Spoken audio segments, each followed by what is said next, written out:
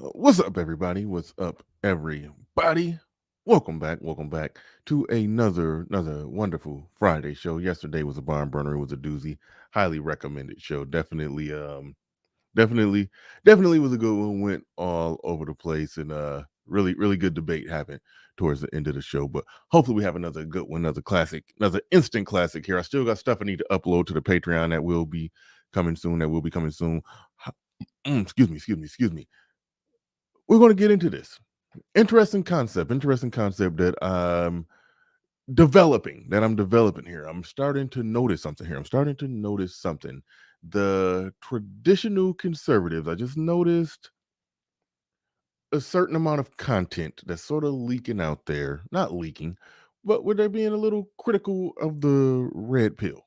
They're being a bit critical of the red pill. I saw it with Brandon Tatum. I saw it with Ben Shapiro. I have my theory on it. And my theory is that they are losing a grip or stronghold, or they're losing the narrative on what it means to be a conservative man. You have Andrew Tate, fresh and fit, and even Kevin Samuels when he was alive. They would call out many aspects of the left and wokeness. They would speak from the perspective like traditional conservative men. But like Kevin Samuels said, high value men don't cheat to exercise options. Andrew Tate believes in having a harem. We see what Myron like we know how Myron get down. But these men are out front speaking red pill stuff. It's like the traditional conservative wasn't always necessarily red pill. He was actually blue pill. Treat that woman right and do right by that woman, and she'll just be a good woman to you because you're doing right by that woman. Being a man, that's what a man does. Marry that woman, do right by. So it's like the traditional. That's why in the early manosphere days, yeah, they called them trad cucks.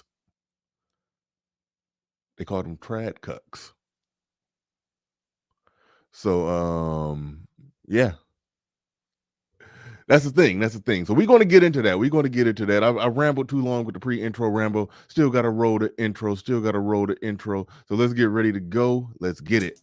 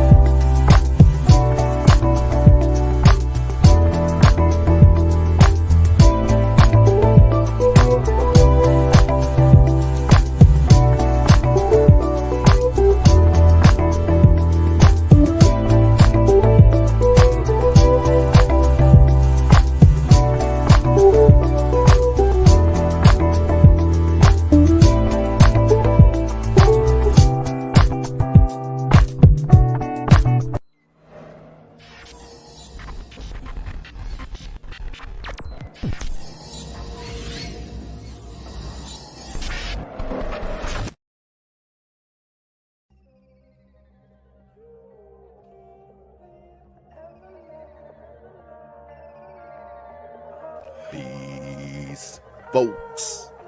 This is X from TPOT Media.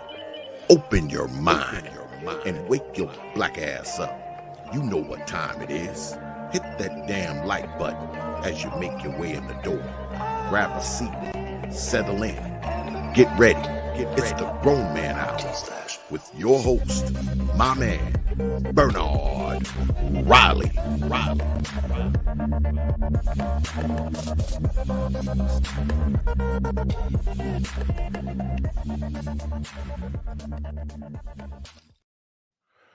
What's up? What's going on? What's up and what's going on, good people? Shout out to everybody in the building. Appreciate each and every one of you. Appreciate each and every one of you for coming on in. We got Mr. Showtime in the building. Mr. Showtime in the building says, yes, they are. You got to make me look back and see what's my title. He says, why? Oh, okay. Why are traditional conservatives attacking red pill all of a sudden? You're confirming that yes, they are. Yes, they are. Yes, they are. I mean, it's a early. Maybe it's early stones being cast in a potential war. Maybe stones are being cast in an early on war. Make sure that music is kind of low. But perhaps that's the case. Perhaps that's the case. Let me read your comment. As we get into this thing, he says, yes, they are. They do collabs with the Whatever podcast. I don't know that much about the Whatever podcast. But they never mention Fresh and Fit. We see what's going on. This is how you know the red pill is real. I don't know that much about the Whatever podcast, but I'll explain to you what I'm on today. I'll explain to you what I'm on today and what I'm talking about today. But thank you to everybody in the building. Make sure you hit the like button. Shout out to KG. I read a couple more comments before we get things going. He's saying they often agree with us too, but a lot of them are still simps at heart. True conservatism doesn't really exist in this country anymore. More are just different shades of liberal. You see, what I'm arguing here, when you say most of them are simps, I think it's truth in that. But what I'm getting at here, I think this new red pill conservative, I think it's a new thing. That's why I called it that. It's like a new thing. I think it's a very new thing that's going on, and it came with the red pill because part of being red pill is being having your eyes open to the nonsense, and some of the nonsense that you're going to see is like a lot of the nonsense in the feminism, a lot of the nonsense that comes from the left. That's a lot of what you're going to end up noticing. You're going to notice wokeism being a thing. You're going to notice what that is, and you're going to step away from that, and you're going to be a critic of that. You're going to be a critic of that in the sense that Abba and Preach, they're not red pill, but you notice that they're they're critics of the modern delusional woman, aspects of feminism, aspects of woke culture. They're critical of that. There's an aspect of this thing where you're going to be critical of all of that, and that's something that the red pill content creators are very critical of. And when you be critical of that, and you're no longer on the left, you find yourself leaning conservative. So what we have here is somebody who's red pill, understand female nature, understand that in this modern world, the way that they're cultured and socialized and incentivized, that you just can't go to the Good Wife store and just pick one and take it home. It's like they know that and they understand that, and what that ends up breeding is men who understand the true nature of women. They're separated from all wokeness. They're not on the left, but they understand the true nature of women. So they're going to end up more so dabbling quite heavy into hookup culture. They're going to end up dabbling quite heavy into this whole hookup culture. But they're still wearing the title conservative. And I think what's going on is the actual modern traditional conservative is seeing that, wait a minute, Andrew Tate, the Muslim with a harem, is wearing it, is people looking at him as a conservative. Kevin Samuels, a lot of people looked at him as a traditional conservative type of man who says high value men don't cheat, they exercise options. They're looking at aspects of the people out in front on red pill as conservative men. And it's a funny dynamic, a funny ism and schism going on here. There's a funny ism and schism going on here where I think they're starting to push back. And I think that's why Brandon Tatum did a video that I'm about to review here pretty soon. That's why Brandon Tatum did a video responding to Fresh and Fit, taking the opportunity to explain what it means to be a true conservative man, because they don't like that the red pill is up and out front. And I'm not even talking about the black liberal, black conservative type of debate that we had on my show yesterday. We're not talking about that shit. We're talking about something else. We're talking about something else. It's like the original traditional trad cons who, a lot of people formerly viewed them as the simps. They used to, in the manosphere, they used to call them trad cucks. Probably still do. They probably still do. That's what they would call the Ben Shapiros of the world. And now they're pushing back. They're pushing back against the red pill. Code still says, not to mention the blatant hypocrisy, if whores are evil, isn't sleeping around with whores also evil? That's sort of the Ben Shapiro, Brandon Tatum. They didn't say that, but I'm sure that would be their argument. If you're an upright conservative man, you shouldn't be sleeping around with these wayward women. You see, that's sort of the argument. That's sort of the thing. But they're pushing back against that. It's not, I don't see it as a brutal assault on like they're just coming at red pill content creators. But no, I'm looking at it from the perspective like they realize that they no longer own the narrative on what that is. They realize that they no longer own the narrative on what that is. So we're going to get into that. We're going to get into that.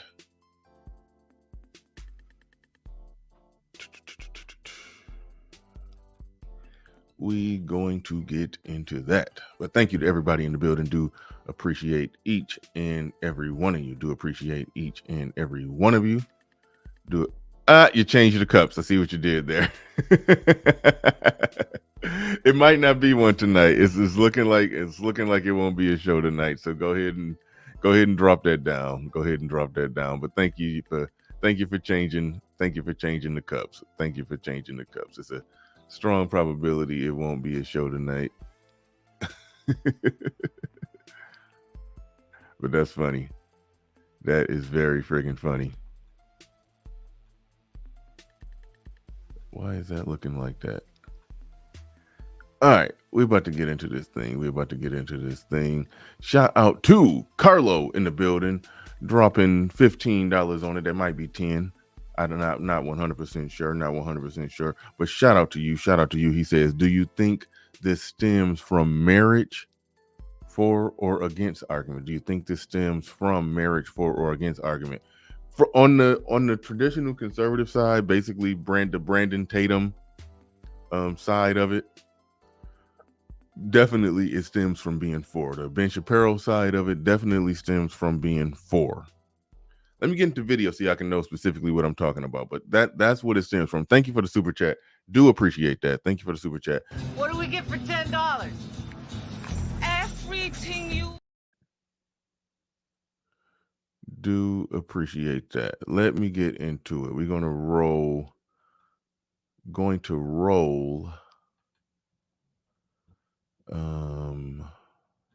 the video. This is Brandon Tatum reacting to a Fresh and Fit video. Now, Brandon Tatum never reacts to this. I don't think he's ever reacted to anything red pill, but I do think that they're deliberately drawing a distinction. Meant to be fair, it's not meant to be moral, it's not meant to be any of that stuff. We're here to reproduce, and unfortunately there are unflattering realities in the reproduction process. And if we're here to reproduce, then are you reproducing with all of these women that you're having sex with? No, but you're still, that's the point, you're still copulating because that is the act to reproduce. How does that make you valuable if you don't respect your penis? Yeah.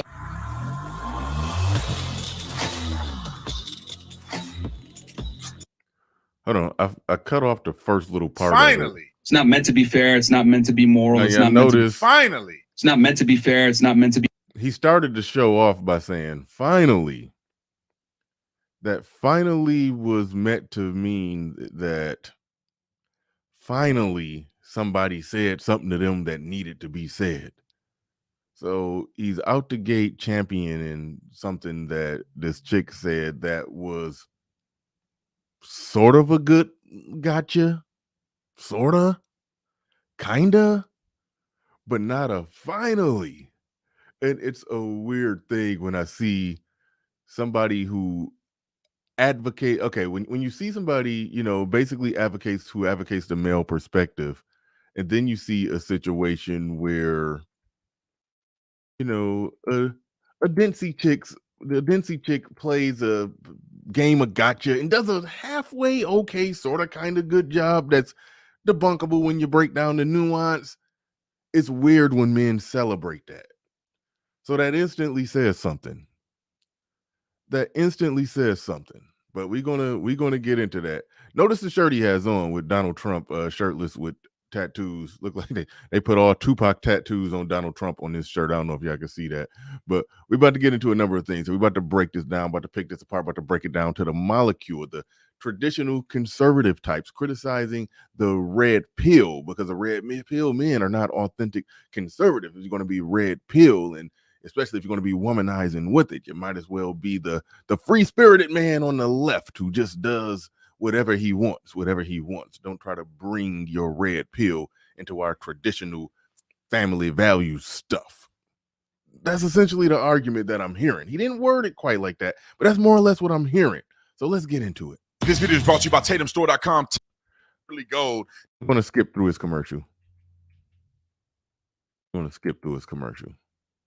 Okay, yep, 34% off the Trump shirt with Trump shirtless with tattoos. All right, cool. % off. All you got to do is put in Trump, pre-order it, running out of them. Like and subscribe to the channel. Y'all already know what to do. Let's get into this. Ladies and gentlemen, now I have a lot to say about the Fresh and Fits of this world. I think that Fresh and Fit, and if you guys don't know who they are, it's like two dudes that sit on the camera. One guy, I don't want to say he's on the spectrum, but he can't speak well, and he's definitely not charismatic. Now, the guy Myron over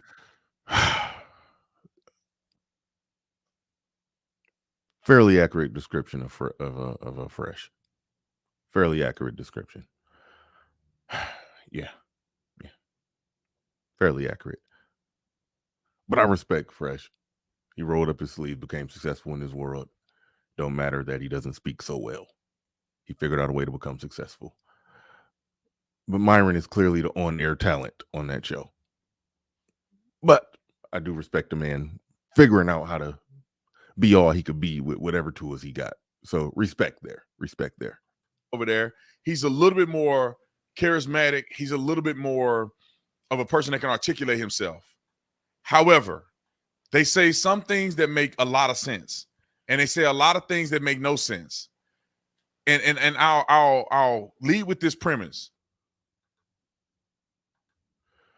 Hood, I kind of want your take and perspective on this, because I'm seeing the early stages. I don't know if you've been listening. I'm seeing the early stages of the traditional conservatives, the Ben Shapiro, and Brandon Tatum right here. They're both in a week's period of time, actually in a few days apart, drop videos of them responding to Fresh and Fit. I think the traditional conservatives are pushing back against the red pill type of conservative. I think that's what's going on. And and in a little research that I've done, the traditional conservative was, often viewed as the simp who thought everything was great and everything was fine and dandy. The women just find a good woman, treat her right, and everything gonna be okay. That's the traditional conservative.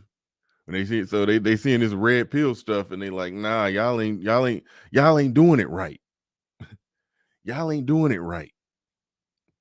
So I do kind of want your take on this, but we about to get into it, because it's like it's some simps, it's some simps on that side of the aisle as well.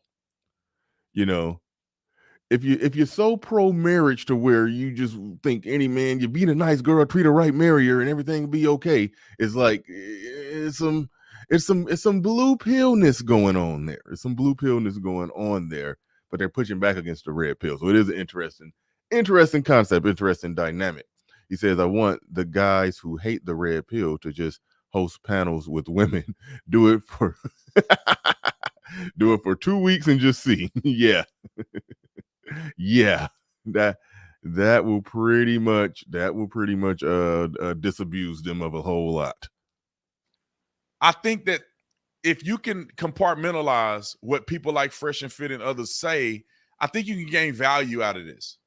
If you can't compartmentalize and not realize that these dudes are single and they really ain't got no game and they really ain't pulling women, they ain't Christians, like they're not going to give you a good value. Game pulling women and Christian? Like those two things should be merged together. I think if he just wanted to go hardcore with the traditional value and say, hey, these guys are not Christians, they're not serious men who are actively trying to find, build a family, he could make that argument. But then to say, but they ain't got game and they ain't pulling women, and then merge that, like those two sentences, those two things shouldn't go together. They are separate. They are separate. So it was sort of like he did the "these niggas is lame" type of jab, but then he threw the "they not traditional Christians" and all of that either. So those are two, ill-advised punches that don't go well together. They don't go well together. I don't think anybody could pin that on them and say they don't have any experience with women. I think if you got a funnel of women that comes through your show like that every night, I mean, look at it right now. Right now is over 10 women in their house right now, damn near 7 days a week. I mean, you smash 1% of the women, you're still smashing more. If you smash 1% of the women, if they have some type of ongoing sexual relationship with just barely 1% of the women that come in their house per month, they have experience with women. So it's like, but all right. But yeah, I mean, clearly Fresh ain't got no mouthpiece. Okay, but you know what I mean. But anyway, all right. But it gets weird when people start making those arguments. But let's go on. It's not really about Fresh and Fit here. I'm just analyzing the traditional conservative and issues that they have with red pill concepts. That's really what we're analyzing here. But let's go. You point on what it means to be a high value man or a man at all if you want to be a really good man. These are young guys who are not married and all that other stuff. So they bring these women on, and most of them are dumber than a bag of rocks. All of them, they just got looks, and they bring women on and they destroy them, right? They have them going out there saying, I want a man 6'2" with $1 million a month and him to love me, never cheat on me, and be a virgin. And then they get toe up, right? Because some of these women are not thinking correctly. However, for the first time in a long time, I see a girl. She's sitting right next to Myron. Let me get the mic. Now, again, he noticed that he kind of glossed and glanced right over the mere fact that women do got delusional standards. Women do got delusional over the top standards. He glossed right over that.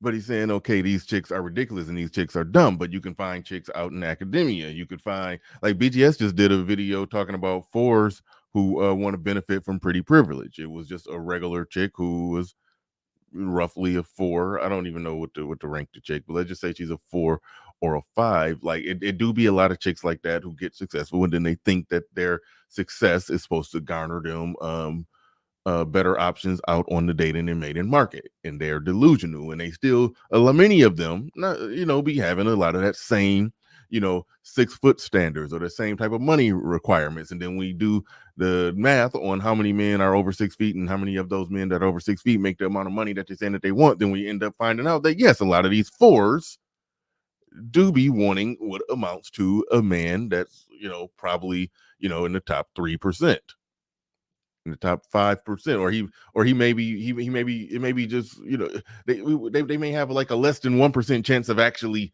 getting this guy when you adjust it, account for everything. Because they're exposing that, you can't dismiss that. You can't dismiss that by saying, oh, these chicks, they be delusional because they young and they dumb, but then we can get the more educated, sophisticated ones in there, and then they still have the same type of delusion, but it's just manifesting in a different way. So again, if you're the traditional conservative man that Brandon Tatum is, and I'm sure he would like to see more men be in successful relationships with women. I don't know why you criticize the pipeline and the mechanism that's showing on a broad multi-million subscriber and views platform, the delusional nature of what men are up against when it comes to dealing with the modern woman, and thus understanding what's happening on Fresh and Fit, understanding those conversations is part of what is what would help the traditional conservatives, the Ben Shapiros of the world, understand why the marital rate is declining. That would help them genuinely understand that. But then that's where the blue pill aspect of it comes in, because it's like, just marry these women. Well, every chick is not just a bimbo like the chicks on there, but the mindset when you talk to them and ask them questions, it don't be that different. And the age does not matter. The age does not matter.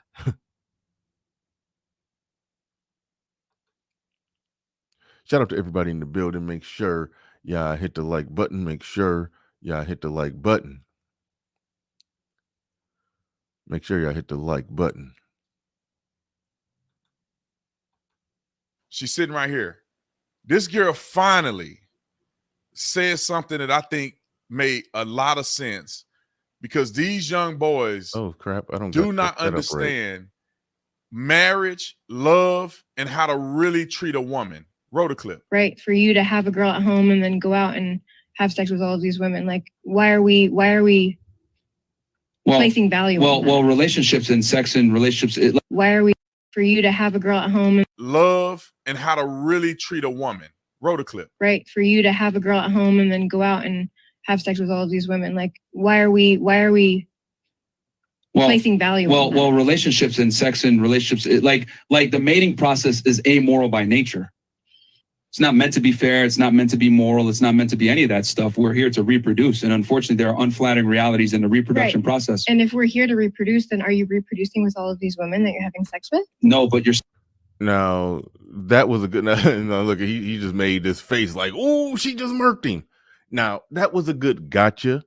And that argument that Myron made is not the argument that I would make. That's not the argument that I would make. I mean, human beings are animals and we have sex for pleasure. It like that just is what it is. We're animals, we have sex for pleasure. So I mean, it could start there and it could end there. Single people, married people, in a relationship people have sex for pleasure. Part of the reason that you could say that we're hardwired to have sex for pleasure for bonding purposes, but the reason that we get horny, yes, we're genetically hardwired to want to propagate our DNA. So yeah, we get horny and we're going to go have sex, but we use condoms and birth controls and pull out, and the very effective pull out method. Yeah, we use all of that. And yeah, but we're preventing the propagation of our DNA. But the fact of the matter is, we're responding to a Darwinian cause from within. That's what's happening. So it's not a whole lot that got to get explained there. Like the mating process is amoral by nature. It's not mixing. Why are we placing have sex with all of these women? Like, saying marriage, love, and how to really treat a woman. Roll the clip. Right. For you to have a girl at home and then go out and have sex with all of these women. Like, why are we placing value on that? Well, relationships and sex and relationships, like the mating process is amoral by nature. It's not meant to be fair. It's not meant to be moral. It's not meant to be any of that stuff. We're here to reproduce. And unfortunately, there are unflattering realities in the reproduction process. And if we're here to reproduce, then are you reproducing with all of these women that you're having sex with? No, but you're still... That's the point, You're still copulating, because that is the act to reproduce. How does that make you valuable if you don't respect your penis? Because here's the difference. Women are consistently and overwhelmingly underestimate how difficult it is to attract the opposite gender as a man. See, these dudes don't really have no substance, man. She actually called them out on that, because their theology is that men and women are completely different when it comes to sex, right? And I think that it's different, but it ain't completely different. And so he believes a high-value man can sleep with as many women as they want to, and they're totally fine, because men don't view sex outside of just an act, and they move on. Generally speaking, that's what he says. And women, they get emotional. So if they sleep with a lot of people, they're damaged goods. But men can be totally up to par, sleep with as many women as they want, and everything is cool. And so, all right. Now he's again. She played some good gotcha with Myron, and she kind of got him. The route that it would go down, before we get into breaking down, because Tatum about to give a long analysis of this. the route that I would go with it to that question, well, how are you valuable if you're not valuing your penis? Women gain lots of value from being with a man, particularly a very successful man, particularly a rich man. The amount of value that they gain in that is immeasurable. Their life is fully secured and protected. Their kids' life is fully secured and protected. If a man is truly high value like that and truly doing what he's supposed to do, then yes, obviously it's going to be a lineage and legacy of success in protection, provision, and everything that's going to come down and stem from that. The part where Myron says, "Oh, that man who does all that can have, multiple women on the side." That part, if somebody is of that view, it's like it's not. You can break down biologically why it's the case. You can break down biologically, why we're hardwired that way. But at the end of the day, you just basically just got to own it and say, "Yes, I plan to seek that kind of pleasure. I plan to do that because I can, and I plan to be with somebody who doesn't mind me doing it." The name of the game isn't necessarily to convince women who are not with that to be with that or to be okay with that. There's a percentage of women that are okay with that. So I always say, like, if you can have multiple women, if you can have multiple women, and there's a percentage of women who are okay with it. So if that's how you're living and that's how you're getting down and that's how you're rolling, then you just roll like that. If that's how it's going, then you just roll like that. It's really that simple. It's really that simple. Shout out to everybody in the building. Make sure y'all hit the like button. Make sure y'all hit the like button. I can't see if any other super chats came in. Put them on the screen if any. I know it was I think it was just the one, or yeah, okay, it was just the one. Shout out to Carlo. Do appreciate you. But all right, we're about to dig further into this. About to dig further into this. So she kind of called him out on it. He's saying that no, it's just for reproductive purposes. So, like, as animals, there's no morality to it. It's just reproduction. And then she called him out and said, "Well, all the women you sleeping with, are you trying to reproduce with them?" See, because if you ain't trying to reproduce with them, then what you're creating is your own reality of morality in sexual encounters with women. That is true. That is true. But the reality on the other end, if you don't view women as participants, they're creating their own reality and their own morality. And for every one of him, if he's having sex with a lot of women, then there's a lot of women who are also creating their own morality and their own reality, where they don't mind sleeping with a man that they deem to be of higher esteem, higher status, or higher value, to just get a piece of him, or maybe have the hopes of taking him from that woman.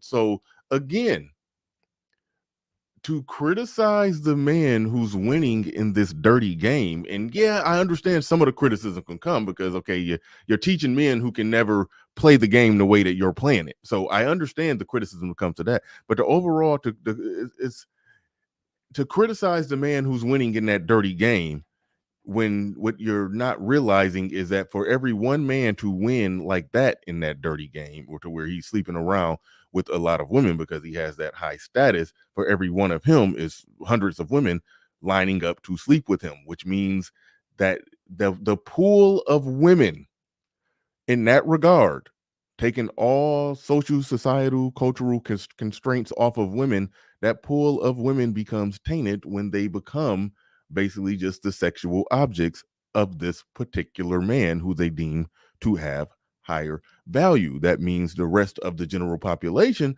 of men would be having to try to be like, what Brandon Tatum would want them to be, traditional conservatives. He wants them to be traditional with the women who've been the plaything of this higher status dude. Like, that's ultimately the situation that we're in. That's why the data exists. It shows that over 30% of the men reported having no sex, or are incels, or whatever the data precisely says. You look at it in different places, it's worded different. It says something different. 30% of the men reported no sex in the last year, or 30% of men under 29, under the age of 30 or under the age of 29 are still virgins. Something like that, thereabout. That's what it is. That's what it is. Like, that's the nature of the dating and mating game. There's men at the top who win, Now, his pushback and his fight is, I don't want these men here sitting at the top who's winning and having harems calling themselves conservative. But the catch part is, they, when they get tired of it, they do settle down and end up getting with one chick. They like, or you know, like somebody like Myron, he's going to when all is said and done. He's going to, when all is said and done, go back home, go back to his hometown, and then marry some chick. He's going to go back to his hometown and he's going to marry some chick, his home country. Probably bring her back here. Probably bring a few of them back here. And probably going to pop out a lot of babies. And probably going to live out a normal traditional life. But the traditional conservative types, they don't like that there's the men who are ultimately advocating for men to go ahead and sow their oats and do the thing and get it in with a lot of chicks, stack your paper up. And then, you know, when you're 35, 40 and got your money up and have lived your life experiences and all of that, then go back and get married. They're pushing for men to do that at that younger age. And that's what's going to happen in the Ben Shapiro clip when I find it. Actually, RM, because I had a hard time finding it. If you could find just a singular clip of Ben Shapiro reacting to Fresh and Fit, it was fairly recently, and he reacted to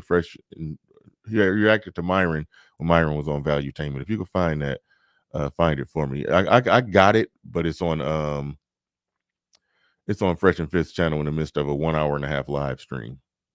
But if you can find a singular clip of that, that'd be great. He says, I think that can depend on what kind of value the reserve woman can offer. If she presents as a wife, she can get some men to wait who want to be husbands. I think that's true. The men who actually do want to get married and want to be husbands, yeah, they will legitimately, if they find a chick that they think that she's a good, solid woman, they will sit down somewhere. They will wait. They will wait within reason. There's some men that'll do that.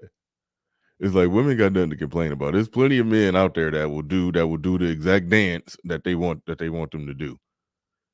But they don't be wanting them. Chika Igwe, whatever says,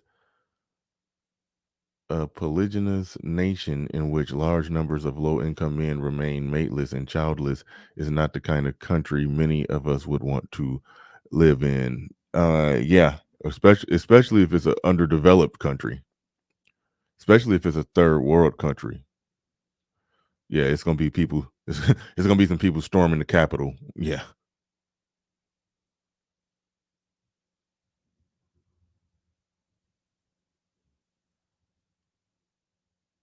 Yeah.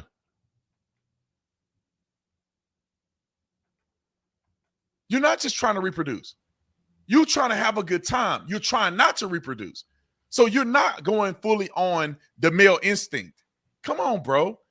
These young men don't know what it takes to have a woman. And that's why me and my wife was going to make a show, because you only hear from one side, right? It's like either women can do no wrong, or women are the most evil things on planet Earth, and that y'all are all worthless, and you need to try to get yourself to a point where a man actually loves you. And in reality, it's like, no, a good man is a man who can manage his sex drive, who is not sleeping with 100 different women, because your reputation goes down. It's funny when you average into the account the amount of men who can't sleep with 100 different women if they tried. That becomes a moot point. That's why the red pill matters, because it's the only thing that explains that. It's the only thing that's truly explaining that. Like, when you understand the logic behind what he's saying, it's like he's talking to a very small percentage of men. He's policing the very, very small percentage, when the majority can't even engage in that action if they wanted to. Down, brother. Even though these young bucks don't believe that, you sleep with a whole bunch of women, bro, your reputation goes down. The good woman that you want as a man. We've unearthed that plenty of times. and this is where, when Myron responded to, he probably will respond to this, but when he responded to Ben Shapiro, that's basically the argument. These dudes are blue pills. The dudes are blue pill, and they've been married for a long time, which is cool, which is great, which is cool, which is great. But it's like they don't know what's going on out there. And you out here slutting it up with all these women. You're not valued. Oh, as far as the guy slutting it up with a lot of women, we've unearthed quite well. We've unearthed quite well that women do not put as high of a premium on that. Understanding and knowing and not acknowledging that this man that you're going to be with, him having sex with a lot of women prior to meeting you, that women don't care. Women don't care. Some do, majority don't. Majority don't care that if a guy has had sex with a lot of women. Present them a man who's had very few sex partners, or even worse, no sex partners, his value goes down. Show a man a woman that has a few sex partners or no sex partners, her value goes up to him. That's just the reality. It was a meme. Somebody actually made a video. I wish I had it in front of me, where they did something where, it was like, in the world of that video, I should say, in the world of that skit, when somebody is walking around, you can see their body count on their forehead. And one dude, two dudes walked in the room and they saw the women, and one of them had, like, I don't know, let's just say 51 on her head, and the other one, it was in the single digits somewhere. And to the men, she was more attractive. And then for the guys, one of the guys, I don't know, let's just say it had like 3, but the guy next to him, it said like high number, like, like it was like, let's just say like 651 or something like that. I forgot what it was. It was high.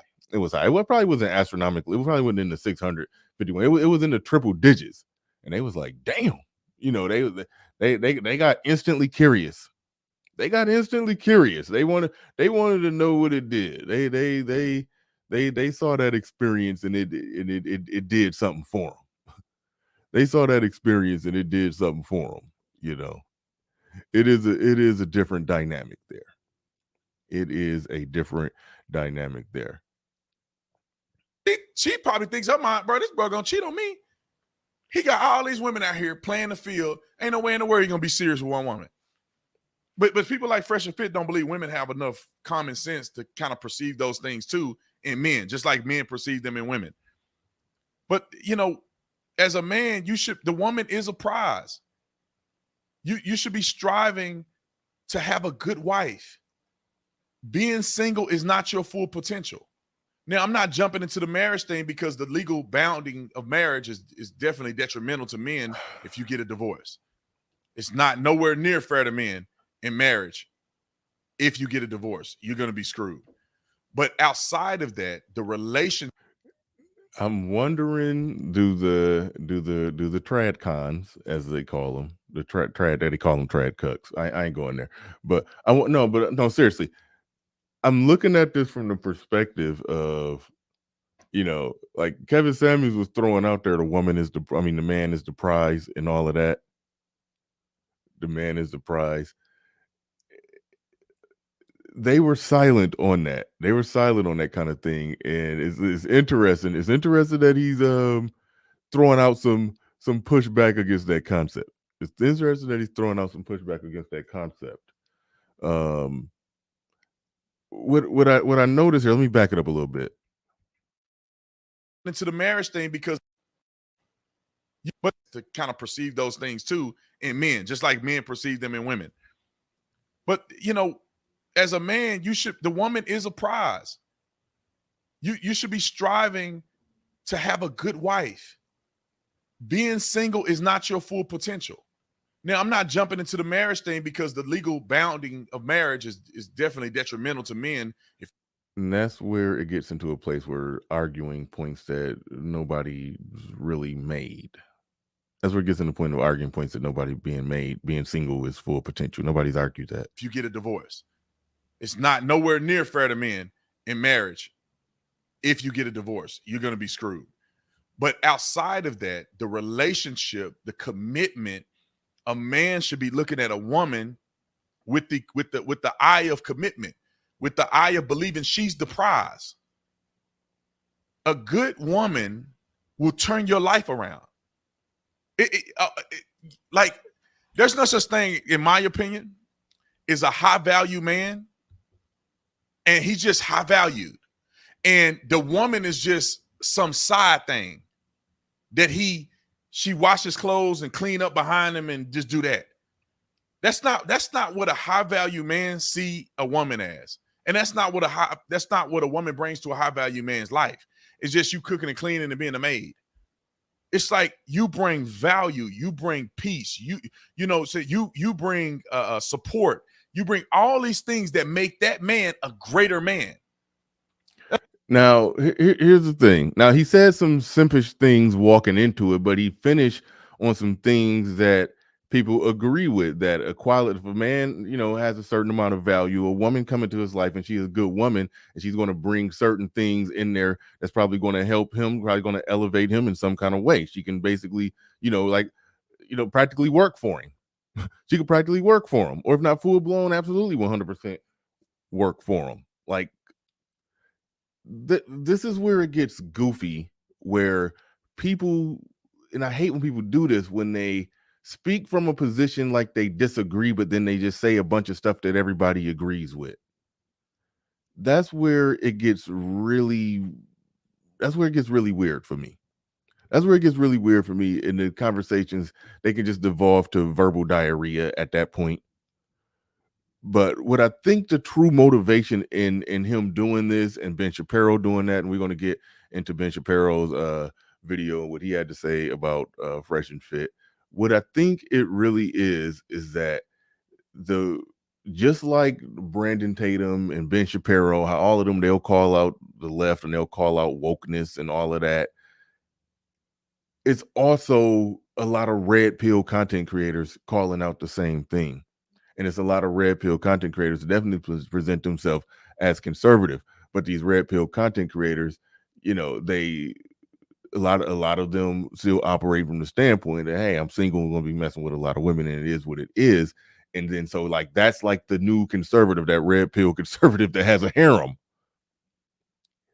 But my theory is that the people like Ben Shapiro and Brandon Tatum, even the whole Daily Wire folks, I think Rollo just did something on that. I saw the thumbnail right when I was putting this show together, where I think they're losing the narrative on what it means to be a conservative man, and they're trying to push back on that, because the traditionally conservative man was essentially in many ways what we would, maybe not all the time, but consistently in many ways, was what we would probably call blue pill to the nature of women. I think that's why they start calling them trad cucks, because those were the guys that was just jumping out there, getting married quick and getting tore out the frame in divorce court.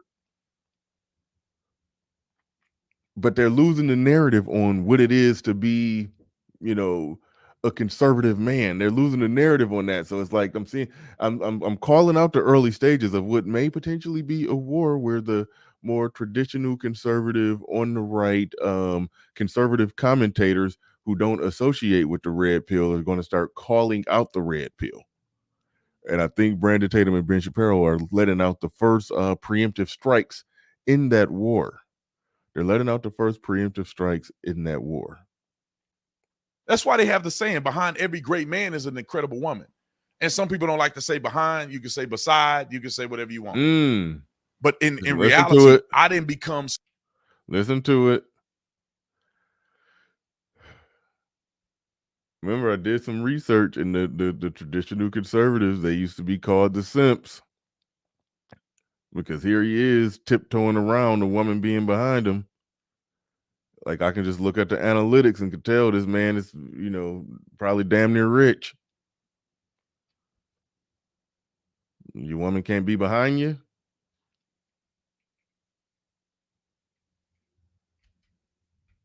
You be out in front. Support. You bring all these. You talk about all that support she doing behind the scenes. I mean, the way you described how she helped you get successful was behind the scenes work, but you can't be behind you. You can't be the full man in the lead. It's like It's like something is shaky about that. Something is from this the pure man leading masculine standpoint. It's kind of caving on the egalitarian wokeness. It's kind of caving on that. But I think that's what we're about to start seeing because they want to separate themselves from the Andrew Tates, Myron Gaines of the world. I think we're about to start seeing that. Bring peace, you and a greater man. That's why they have the saying, behind every great man is an incredible woman. And some people don't like to say behind. You can say beside. You can say whatever you want. But in reality, I didn't become successful as successful as I am until I got married. Because I can peacefully go through life focusing on the things that matter as far as business and not focusing on dating women. And you got this one over here and then this one over here, and then you don't like this one, and now she mad because she want more attention from you. This one want to be in a relationship, but you ain't really trying to be in a relationship with this one, but you don't know how to tell her no. You spinning all your wheels going nowhere. When you have a good woman at home that loves you, that supports you, when everybody else fall apart and they don't want nothing to do with you, people don't want to talk to you no more, your family. Now, most people would agree having that good woman at home that supports you is a good thing.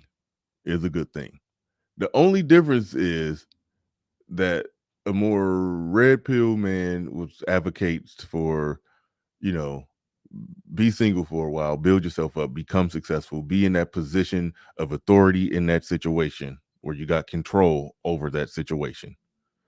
If you're going to be in that situation, you want a family, you want to have kids, make sure that you got everything in a row.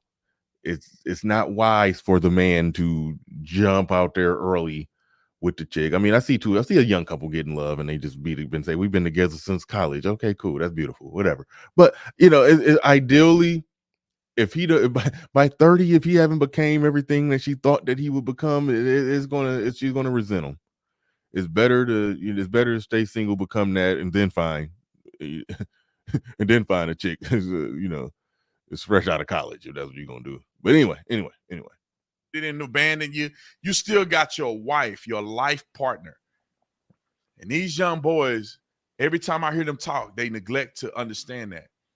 They think that these women should be fighting and tripping over each other and stabbing each other just to get to a good man. Now, some of them are delusional, but by and large, the prize is for a man, the prize. What, RM? I said that's beautiful. I said two people can fall in love in college and stay together. That's beautiful. But, whatever. It's actually, that's nice. It's actually there's an element of it like, okay, the part of me that's that's traditional or that wants to see it. This is one of the biggest problems is that when men fail to see the current environment, I see the current environment for what it is, but I know from an idealistic standpoint, what I would like to see. I know what I would like to see from an idealistic standpoint, but I understand the current environment, and that's where I'm at with it. I don't want to take a crap on the young couple in love who stays together forever like people used to. If you could do it, if it works, and that's great. I like to see it. I got married young. When I was married, I got married young, and maybe that's why there's an element of me that's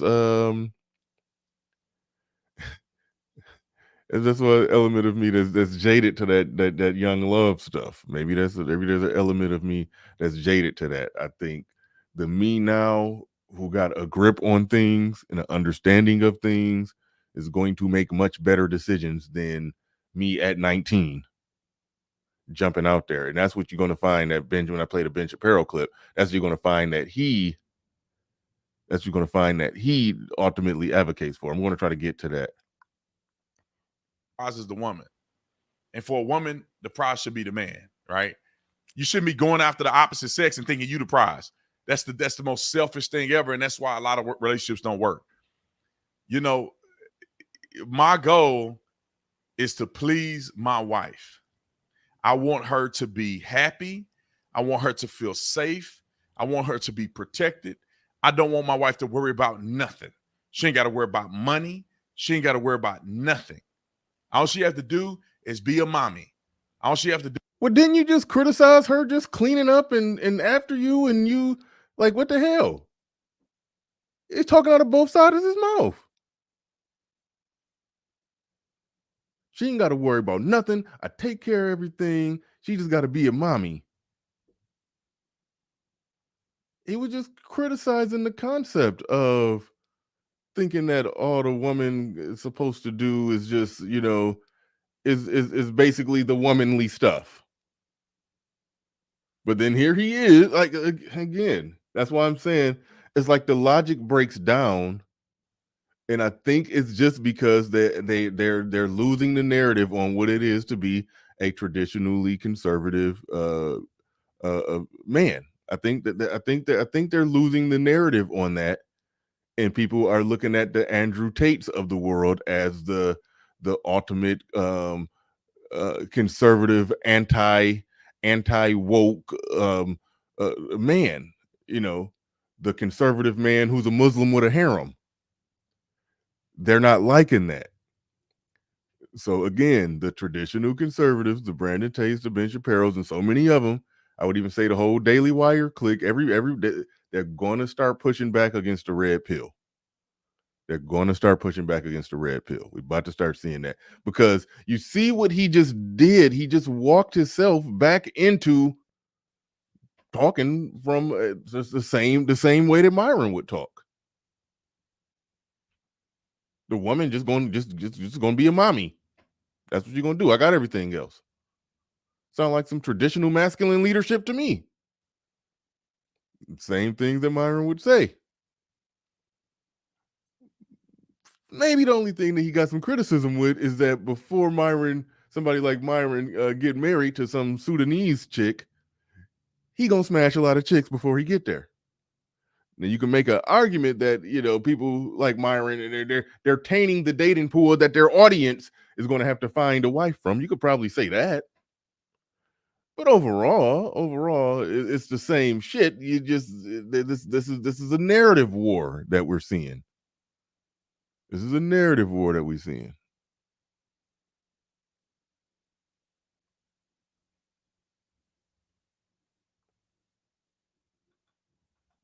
Do is take care of the baby. I got everything else. That's what I want for my wife. That's my goal. To do it, you got to worry about nothing. All she has to do is be a mommy. All she has to do is take care of the baby. I got everything else. That's what I want for my wife. That's my goal. I work hard to build a legacy and make sure my wife is completely worry-free. My goal ain't to just build my capital and have her the afterthought. My goal is to make sure my wife is good.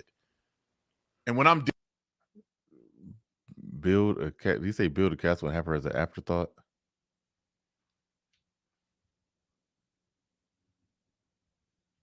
If you build a castle and she's in it and she's a part of it, she's a part of your life, and she's married. You've married her, and you that's her. She got your kids, and then the man that you're criticizing, or the type of man that you're criticizing, would have ultimately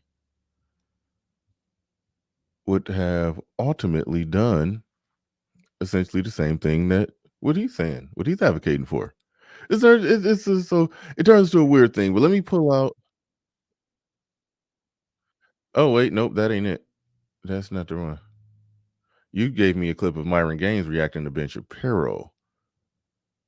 RM. I'm looking for the Ben Shapiro reacting to Myron Gaines. That was a very recent one. Well, okay, you got the one that I Yep, you got the same one that I had. You got the same one that I had, and you got it timestamped, so it's all good. I can use that. I can use that. Let me pull this one up. I'm gonna open this up pretty soon. I do want your thoughts on what I have laid out here. I do want your thoughts on what I laid out here. So let me get this up and ready to go.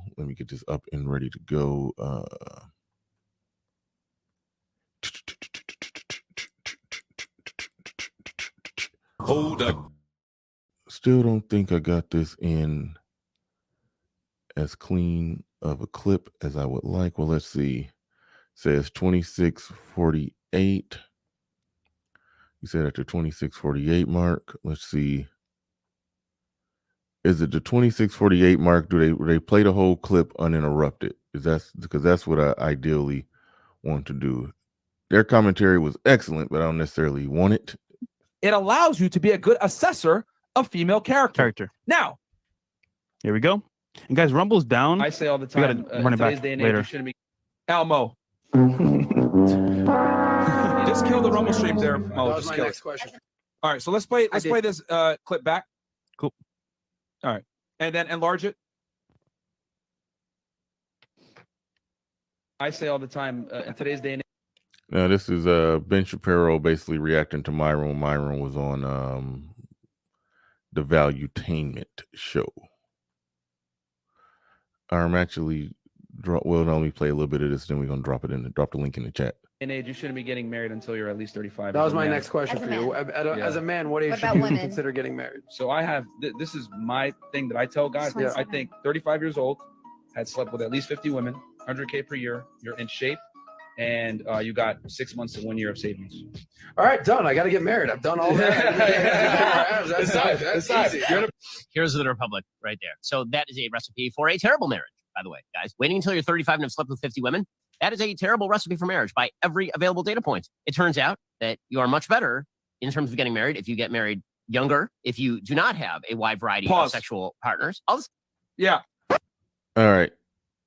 Damn it. This is not what I wanted. I wanted the full clip. Okay, wait, hold on. All right, here's the full clip uninterrupted.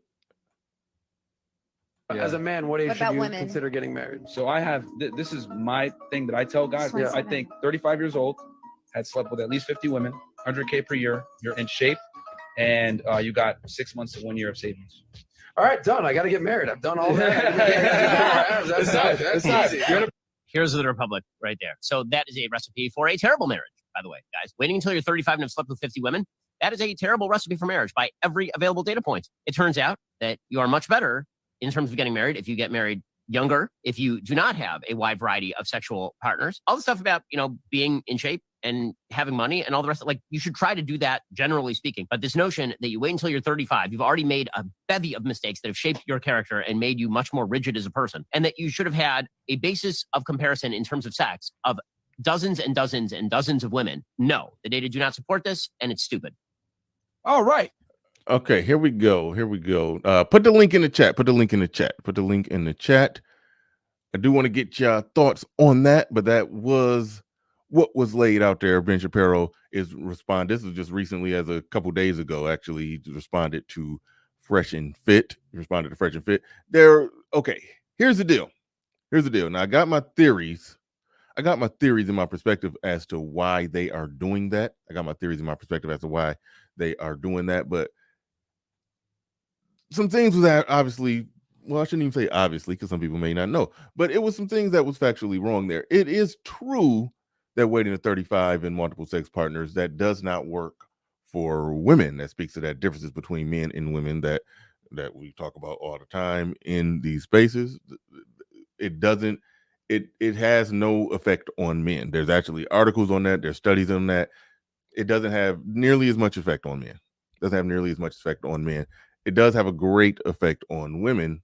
The longer she waits, and the longer she waits, and most importantly, the number of sexual partners that she has. It does have a huge effect. And that huge effect. And the link, the link is in the chat. Definitely come on up. Here's the deal. The man who is sitting there, if a man is just playing the field, all right, the man is just playing the field. You don't really care. You're just out there just hooking up with chicks.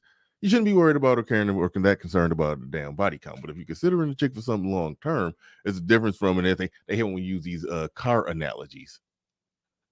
I'm talking about women. But if you're renting a vehicle, well, then by all means, you don't care about how many miles is on it and all that other stuff. You're not thinking about how many owners, how many accidents it's been into.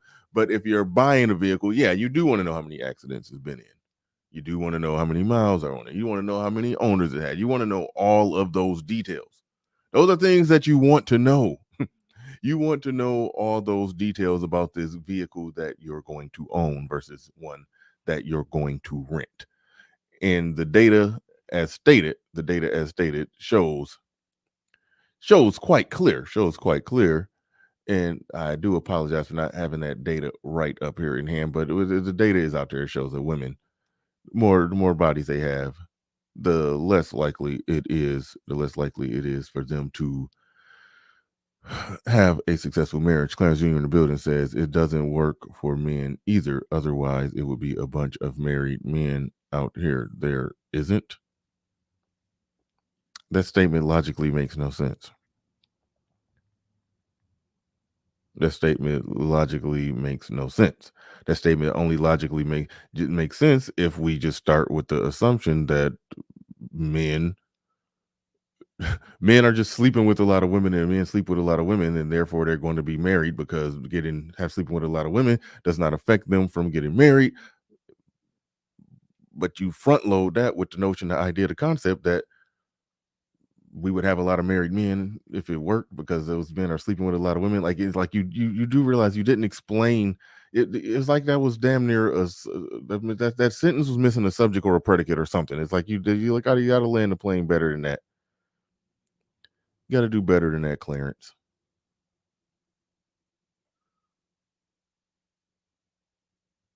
Somebody says Clarence has a point. The link is in the chat. Come up and explain to me how and in what way Clarence has a point. I'm not understanding Clarence. Clarence, you're not making much sense to me. You're not making much sense to me. He says you got to go back beyond 2016. If you doubt Trump has swag, you're entitled to your opinion. I have no idea what y'all are talking about. I have no idea what y'all are talking about. KG in the building. Appreciate the super chat. He says the red pill opposition don't want to have the conversation or debate. They want to lecture. They want to steer their audience. And by the way, thank you for the $10 super chat. What do we get for $10? Everything you want. Here's the deal. What they want is to make sure that their audiences are not swayed. They want to make sure that their audiences are not swayed by, anything or anybody bringing new or different information or thought process to the table. They want to make sure that they're not swayed by anybody bringing new or different information or thought process to the table. Shout out to Jackie Jack with the $2 super sticker. I definitely appreciate that. These last $2, I'm not gonna lose. We are joined by E Black in the building. What is going on? Were you satisfied with the apology that you got Pearl to give you directly? Of course not. You looked like Jesse Jackson on that South Park skit when he was like, apologize. And he like pulled his pants down and was like, kiss it. That's right. Kiss it. You didn't feel like I thought she puckered up and kissed it, man. No. She what I was more interested in is, do you understand why you have to?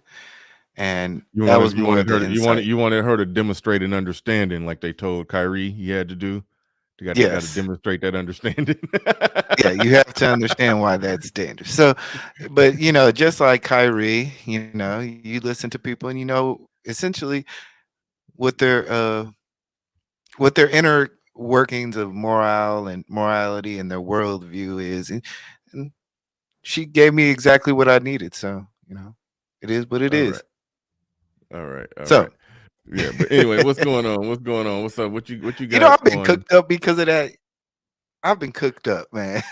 Oh yeah. I mean, it sounded like like your voice was cracking, man. It's like tears was welling up in your eyes, man. You really wanted that apology, bro. Look, no, what it was I was being very patient because I was a second person up, so I was like not trying to sound aggressive, So Okay. All right. Anyway, You know, let's it get was, on. I mean, okay, if you want to talk about it, go but ahead. anyway, I ain't gonna stop you from talking about it. I know it was a moment for you. It was no, a no, moment. no, It no, was a no. moment. I'm over it. It happened. Everybody has their own opinion, and it is what it is. Like I said, the next sweeps, the YouTube sweep cycle will come up, and it'll be something different. So, you know, it is what it is. But this interesting conversation that Myron brings up against Ben Shapiro is very interesting because I actually have a guy friend. He's actually a YouTuber. He's constantly frequent on these streets, and he's in the same scenario. He's 35. He's built himself up. He's checked all the boxes, in shape and all that stuff. And then he's like, well, there's no women. Where are the women at? And I'm like, bro, you aged yourself out the system. There's no Well, way how that old a is? woman at your age is gonna really. He's 35. He's probably a little older than 35, but he's later 30s. So he's So, having a trouble connecting. He's having a trouble connect. He's how having can a trouble successful connecting with the women 35-year-old because he man? don't like younger. Okay, well, no. Huh? Okay, that explains a lot. If he don't like him younger, that explains a lot. But how a successful 35-year-old man can age himself out of the system? You telling me that I mean, what's his age range? I wouldn't know his age range, but he doesn't like younger women. I could tell you that. All right, so somewhere, just say somewhere between 33, 37. Are you telling me somewhere between 33, 37, they don't want a successful 37, 30, I mean successful 35-year-old man? That's crazy. But I he don't wants though. yeah, I think that's wild. I think that was wild, but I'm trying to figure out where you're going with this. Are you saying that are you on the get married younger like Ben Shapiro type of camp? Yeah, I'm pretty much on that camp. I think that is great sound advice. Um, I like I said, I have seen a lot of young men who just really or men around that age, and you could just tell like they don't want to deal with 18-year-olds. They want to deal with 20-year-olds. Well, you went 25, pretty they're like they'll you went date low and they'll to smash 18. and I mean, yeah, I know. I think but 35. I think if a dude 35 and a chick is, late 20s, I think that's a sensible age range where he ain't messing with some yeah, little yeah, young yeah. chick But identify then with that. but then you get to the point to where they're not virgins and they I they mean, have yeah, if you're experience. expecting, So you kind of well, I almost mean, age yourself out. it depends. It depends So on how hard of a I line you agree. draw with the whole. It depends on how hard of a line you draw with the whole. They gotta be damn near virgins thing. But anyway, I don't think that's a thing where the guys are doing it what I would technically consider to be the right way instead of, I got married young at 19. That was a bad idea. Mhm. Um, I think me right now, between 35 and 40, I mean, I'm 40, but I just know me between 35 and 40 can make an infinitely better decision than me at 19 about, major life decisions like that. So yeah, I advocate for guys to get older and do it in a way that's, where they would be most advantaged in a position of authority. But I do want to move it along. Do want to move it along because we got hood conservative and patriarchy strikes back up here, and it's kind of encroaches on some of y'all territory where I have my theory on, the traditional conservative types look like they're doing an early preemptive strike on the red pill because they don't like that the Myron Gaines, Andrew Tates of the world is basically becoming the face of this certain type of conservative that's calling out the woke in the left, but they're losing the Ben Shapiro, Brandon Tatum of the world. Even like I'll be shocked if ABL ain't get on it. They're losing the narrative on what a conservative man is. If you understand what I'm saying, but what's your thoughts on that hood conservative? Hood, Yeah, oh, there you go. Yeah, there yeah. you go. Well, I think first off that the red pill was never meant to be like a safe space for the traditional one, for the modern conservative anyway. It's actually a threat to modern conservatism as it stands. Like the real hardcore, like pure red pill is destructive to modern conservatism, because modern conservatism, it is a little bit like the social element of modern conservatism is built on like the blue pill fantasy. Mm-hmm. And as an individual man, I would love it if the blue pill fantasy were true, you know. And I think for a lot of guys, they operated up to a certain point in their life as if the blue pill fantasy were true, and it burned them. And I think that's where guys like Shapiro and Tatum or whatever are going to have a problem with this issue, is because you're going to sell this dream to guys who've been burnt by the blue pill fantasy. And the only thing that seems to even speak to them directly is the red pill stuff. And I don't necessarily co-sign everything Myron Gaines said in that video, but he made a better argument considering the way things are than your Brandon Tatum would. Like, Brandon Tatum is arguing on the 1940s mythology of what men and women do, whereas Myron Gaines is giving you a recipe for how to at least get above 50% in the modern world, operating on how men and women actually are. Now, what's funny is when you say that the red pill is disruptive to conservative ideologies and principles, but a lot of people, and it's probably more so in the white manosphere, when they become red pill, they find themselves on the right, and that's consistent to the point to where, hell, we just saw a right versus left, or liberal versus conservative, or conservative versus liberal leaning debate in the black manosphere. So it's like, how do you square that you know, okay, the red pill, and this is what I was sort of wrestling with when I was doing my opening monologue. How do you square that where like the red pill sort of disrupts aspects of the conservative traditionalism and all of that, but at the same time, the people who are red pill find themselves more conservative? How does that even make sense? Well, first and foremost, and you know, shout out to BGS. We were having a little bit of that debate yesterday, and I think to a certain degree, he was right in the sense that when he says America is a liberal country, so to really drive that home, modern conservatives are very liberal by historical American standing, right? If you go by, like, let's just say the religious right of the 1940s and 30s, right? If you go deep back into when America was openly racist, like in the 1900s and the 10s and 20s and 30s, we were very much more conservative. The conservatives of today would get called faggots by those people back then.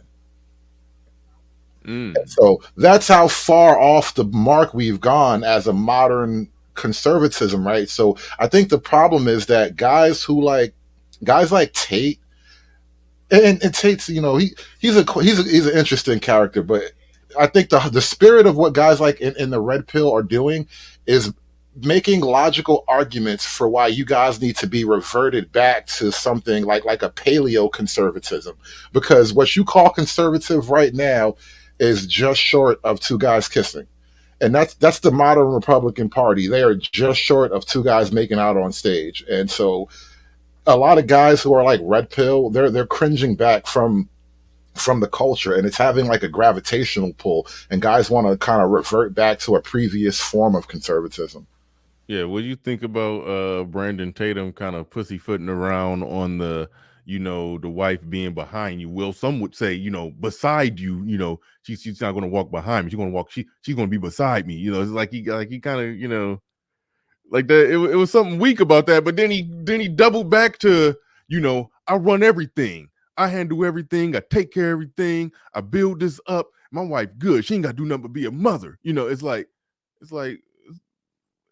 So why you pussyfooting around, you know, leadership and being in front though? It's like, it's like some weird thing where I had to re-examine some aspects of, you know, conservatism. I'm like, oh yeah, you know, and I started doing a little research. These were the blue pill dudes that was getting called trad cucks and all kind of stuff. It's like, yeah, but it's almost like there's a new red pill spin on it. And so I'm predicting a civil war. But what do you think about all that pussyfooting around on that? Like, what's up with that? Like, have they always been like that? Well, yes, they have, but it's grown more over generations. Like every generation gets a little gayer than the previous one, and that's kind of what's been going on the male-female front. Like every generation of men gets a little bit more kowtowed than the generation before them. Yeah. And so what's happened is that you've got guys who, like I said, they're just pulling things back to a more based form of conservatism. And so it's not really going to sell in the mainstream. You're really going to have that clash, that conflict, because ultimately what guys are after. All right, put it this way: because women vote, anybody anybody who's taking politics professionally, I mean, anybody who's serious about being a professional politician or in the professional realm, because women vote, you have to kowtow to the female vote. When you kowtow to the female vote, you inevitably wind up with female dominance. And that's the position that modern conservatism finds itself in. Whereas like guys who are on the red pill are willing to at least circumvent the problem by saying, well, that's why women shouldn't vote. You wouldn't find yourself wrapped in this pretzel if you weren't so busy trying to chase women votes. And liberals say that yeah, too. I was going right to you. Sorry, I'm at this restaurant right now, so you may hear a little bit of music in the background. Go ahead. But the thing is this: Ben Shapiro's trash. Ben Shapiro is a wolf in sheep's clothing. The modern conservative party is weak. Like, how do we go from in one lifetime to where you can openly disagree with homosexuality? Homosexual marriage is banned, and then less than 10 years, it's legalized and promoted by all Fortune 500 companies. It's because the modern conservative party takes no action at all. They're the only ones that don't take action. Like liberals, they take action. They don't care about playing by the rules. They'll do whatever it takes to win. Conservatives put the rules first, and they want everybody to come together. They want us all to hold hands and get along. And they don't want to do it. They don't understand winning. They don't understand actually pushing something through without people liking it. Liberals push things through, and they don't care if people like it or not. They're still going to do it. And one of the major failures of the conservative party, and one of the successes of the liberal side, is they have found a way to address gender. Conservatives don't want to do anything to address gender. They do not want to do anything to make them the party of men, because they still want us to come and get along with women. The liberals, on the other hand, understood, listen, gender is real. There are differences between gender. I can empower one gender at the cost of the other. And we have to realize that gender is binary, right? You have to pick one or the other. If you be not for me, you're against me. And conservatives refuse to adapt that type of behavior. It's one of the reasons Donald Trump is going to jail, because the people around him refuse to play hardball. They refuse to get their hands dirty to do what it took to win. So this doesn't surprise me at all. You know, Ben Shapiro is a gatekeeper who has very moderate opinions and debates with college kids and thinks debating is winning, and it's not. And Brandon Tatum, I like some of the stuff Brandon Tatum says, but at the end of the day, I don't think that these guys have the answer, and they're not threatening the establishment, which is why they haven't been banned. You know, Shapiro is making all this money. Tatum is making all this money because you're no real threat to the establishment versus a Fresh and Fit or Andrew Tate. The establishment is threatened by those people, but it's not threatened by modern conservatives. So that tells you all that you need to know with that all in. And that's how you know, gentlemen, that the red pill is real. Good afternoon, gentlemen. This is Mr. Shorttime speaking from Newcastle, South Africa. I like what Bernard Riley said when he described the tradcons. He said the trad cucks, right? Understand this. Modern men of today. Well, that's what they were called. I wasn't necessarily calling them that. I mean, it was a time when they were called that heavy. Like if you pull up some old clips and some stuff from the white manosphere, like turd flinging monkey, like people like that, they always called any traditional conservative, they called them trad cucks. That was what and they that's called them. accurate. And you were very correct in that assumption. You're very accurate. The simps are the most dangerous men on the planet because look at Republicans and the tradcons. They play in the middle. I've seen clips of Ben Shapiro, Michael Knowles doing collaborations with the whatever podcast. It's funny how they never do collaborations with Fresh and Fit. You know why? Because they know that the red pill is too potent. It's too peppery for their audience, their blue-pilled, average normie NPC. People like Brandon Tatum are flip-floppers. He's a blue-pilled themselves. You see, the red pill, the track cons are really, they come from us, really. They share our philosophies, but they are more of a watered down version of us. And that's why we, the manosphere, have the highest honor of the red pill praxeology, because we tell women exactly what they need to hear, regardless of their feelings. We tell them that, hey, listen, if you're over the age of 35, or let's say the age of 30, and you're a single mother, you've got kids, you're useless in the sexual market value. Whereas people like Brandon Tatum will come about and say, oh, no, that's mean. That's not what a high value man does. Brandon Tatum doesn't even know what a high value man is. He describes a high value man as a man of integrity and honor, a man who loves God. I mean, it's like, really? Kevin Samuels described it definitively what a high value man is.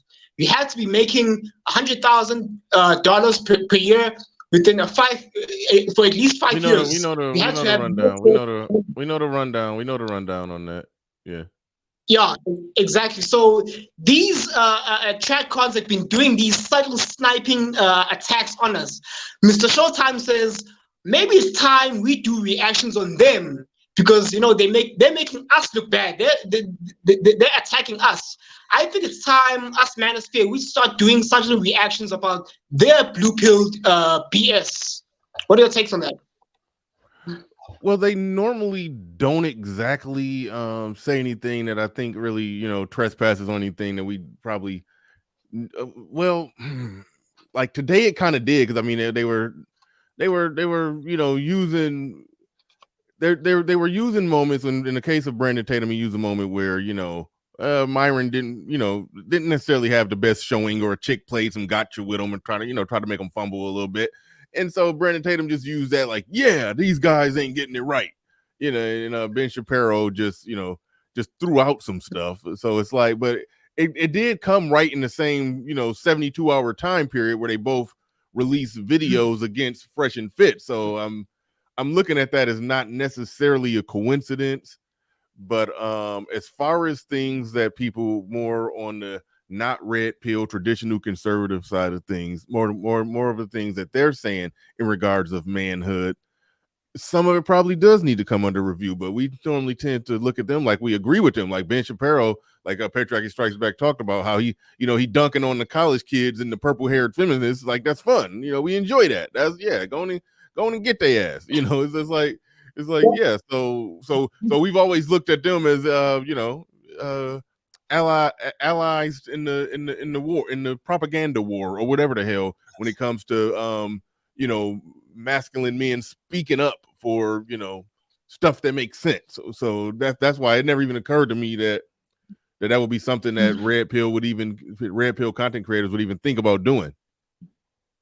Well, it wouldn't be the first time they're making sudden hit pieces on us. Recently, Michael Knowles, he's one of the guys from the Daily Wire. He was at the Whatever podcast, and he called the red pill stupid. He said, "Oh, these manosphere red pill guys are stupid because of Andrew Tate, and look at him now." Because whether we like it or not, I'm not necessarily a big fan of Andrew Tate, but from a PR perspective, we have to defend him because he represents us out there in the matrix, in the eyes of the blue-pilled NPCs. So with that notion, we have to sort of like defend Andrew Tate, and then behind the scenes, we can sort of like dissect his flaws here and there. But the thing is, hold on. Can I ask a question, please? Yeah, go ahead. Okay. Yeah. You said that you need him to help you in the matrix, right? Yeah. Because but wouldn't it be something to argue that he wants you to stay connected to a different matrix, more of a reality that he doesn't is based on his reality? Explain what you mean. There's only Hold on, wait, no. Hold on, wait. Time out. Don't respond to that. Explain what you mean, E-Black. That was interesting. Go ahead. Because a lot of times we romanticize these words like disconnecting from the matrix and blah blah blah, but for the most part he wants you to stay connected to his indoctrination, his view of life, therefore you become connected to his matrix. So your argument is that, you know, a lot of us arrive at the conclusions that we've arrived at because we've shed some of the stuff that was put out there, the delusion that was put out there, you know, basically the blue pill fantasies that Hood Conservative talked about. We shed a lot of that, and we seeing things clearly in terms of the social dynamics between men and women and how things work. We're seeing things clearly on that, and so that's how we end up here. But you're saying that now that those are here, they're getting re-indoctrinated with a different religion, basically. Yes. The same religion. And so here's the deal. And just like I always say this about science, when it comes to, you know, self-correcting mechanisms within it, here without the filter of when somebody was talking about, I don't know if it was patriarchy or Hood Conservative was talking about women votes, when they were talking about women votes and all that, and how, you know, you need women votes, and so you're gonna always say some things and filter some things, or gonna talk about some things in a certain type of way. Here, I think you have the most iron sharpening iron place where if what somebody is saying is not holding up to the scrutiny of reality, it's not holding up when it's being tested under pressure. Just like you, I think we got the best iron sharpening iron male self-correcting mechanism here, to where I don't think it could be just viewed as letting go of one delusion and just hopping on another delusion. I mean, if we follow that logic all the way home, you're basically saying, just keep the same delusion that you know, because it's all a delusion. So just close your eyes and open your mouth and just take whatever. It's almost like that. That's where we would end up going if we just follow that. Yeah, and I think that's exactly what I'm kind of alluding to, is that, you know, you can be just saying stay on the plantation. We don't know. We don't know what this freedom look like. Let's just stay on the plantation. well, the thing is that the whole point is the fact that, okay, have you ever heard of the statement, you can be blue pill for men too?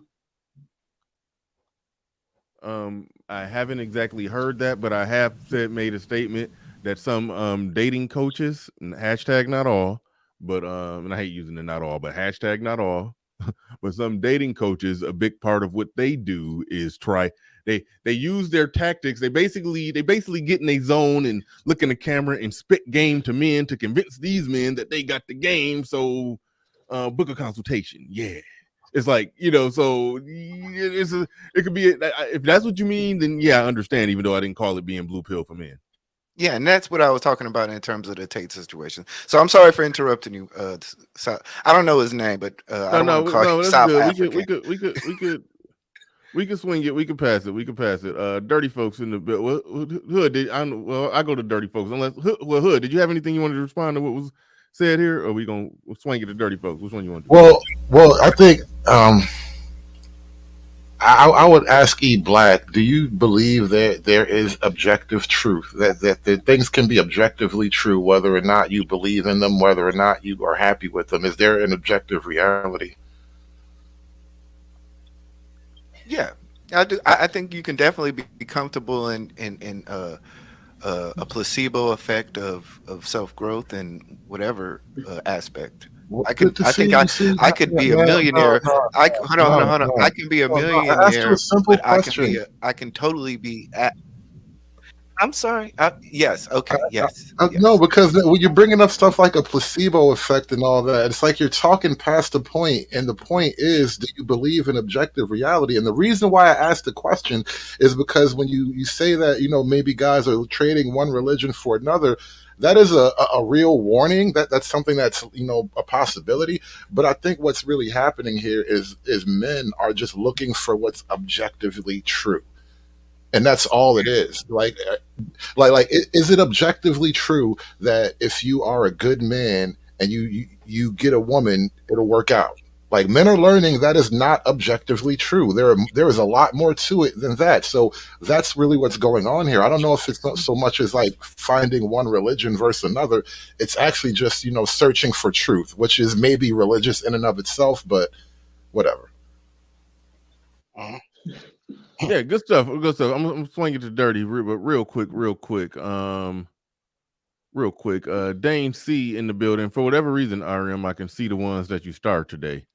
I think we got to. I haven't figured it out, but I got a theory. But anyway, Dane C in the building says male porn stars after so much sex needs pills to get harder.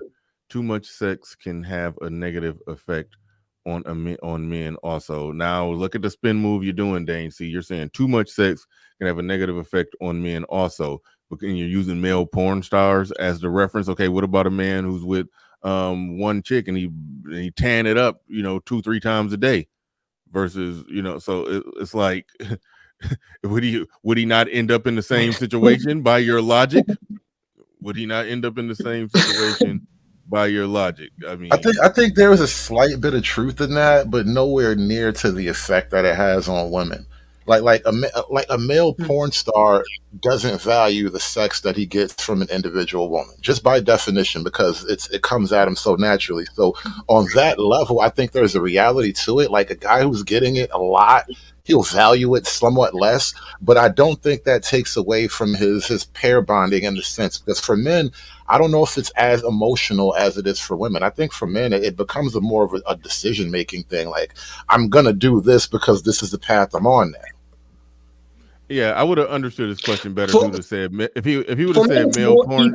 I would have hold on real quick. I would have understood his question better if he would have said male porn stars after so much sex with a variety of women. I thought he was just saying just the act of sex is making it hard for a man to get it up, but he's saying the variety of women makes it hard for a man to just get it up for just one same repetitive woman. So I do understand what you're saying, but we're gonna get back into that. Cash Flow Hustles in the building says this is the religious right versus the modern red pill and manosphere. That simple. I know, but I was drawing the parallels. And talking about the overlap, and I do see how the religious right. I do believe they think they're losing the narrative on what it is to be a conservative man, because people are looking at major red pill content creators as that, and that sort of flipping some things on his head. I think Ben Shapiro and Brandon Tatum got a little issue with that, but thank you for the super chat. Appreciate that. Jay in the building with $4.99 says trads don't get it. Young women are not building with men unless they're Chad or Tyrone.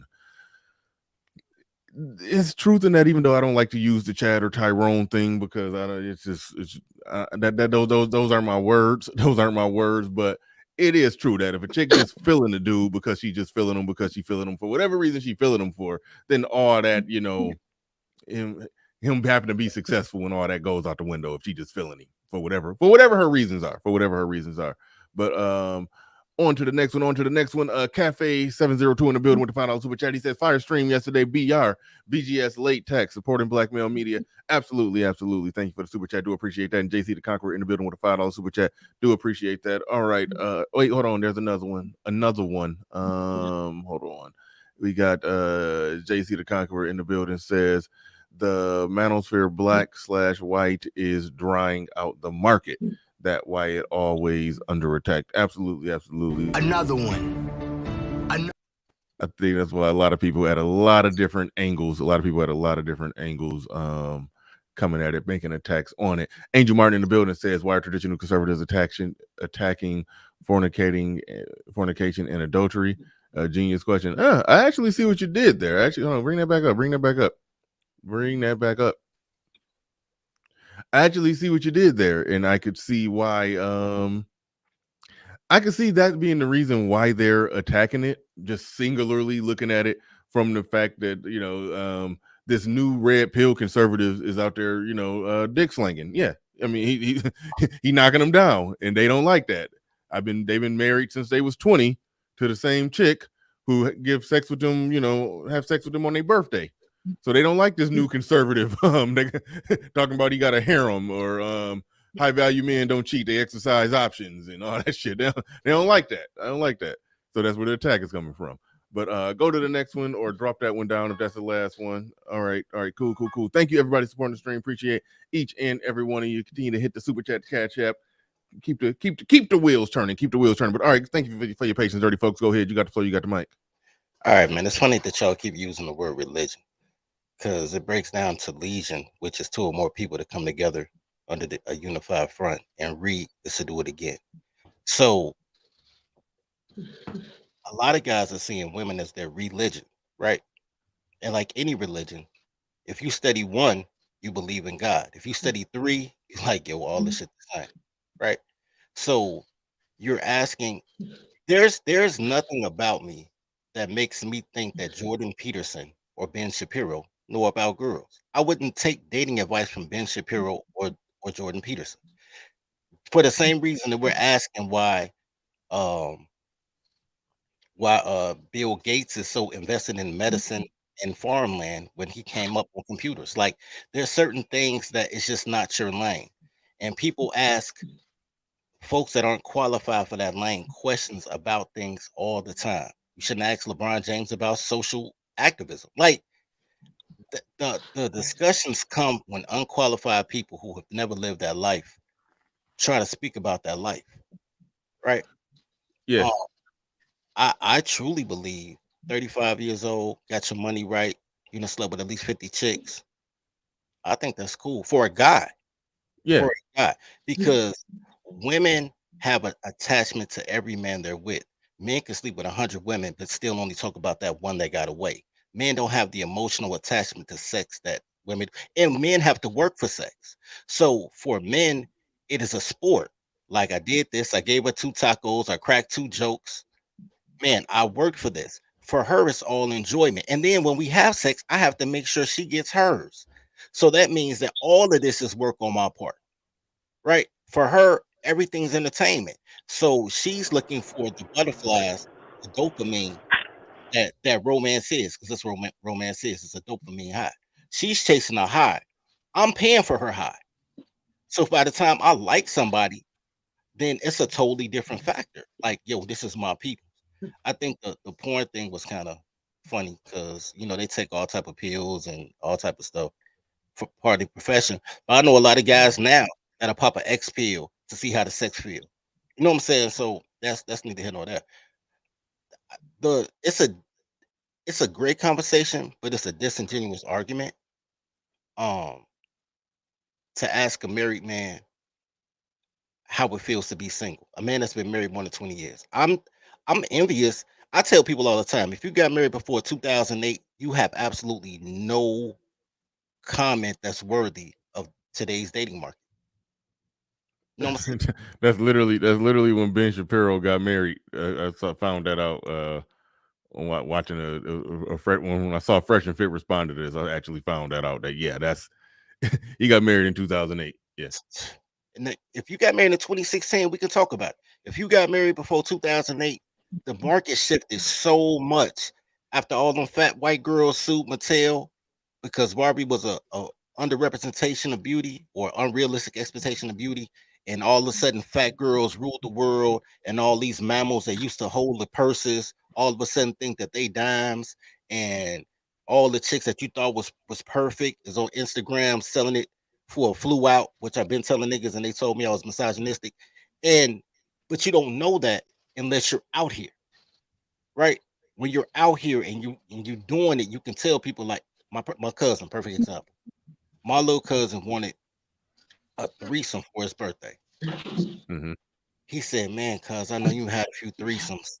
Yo, how you do it? What it's like?" I said, "Man, look, threesomes are overrated, bro. It's too much work. You got one tongue, I one disagree. joint, two hands. You got 6 holes, bro. It's way too much work. Half the time it's like you playing double dutch. You trying to figure out when you gonna hop in. Like, bro, it's just too much.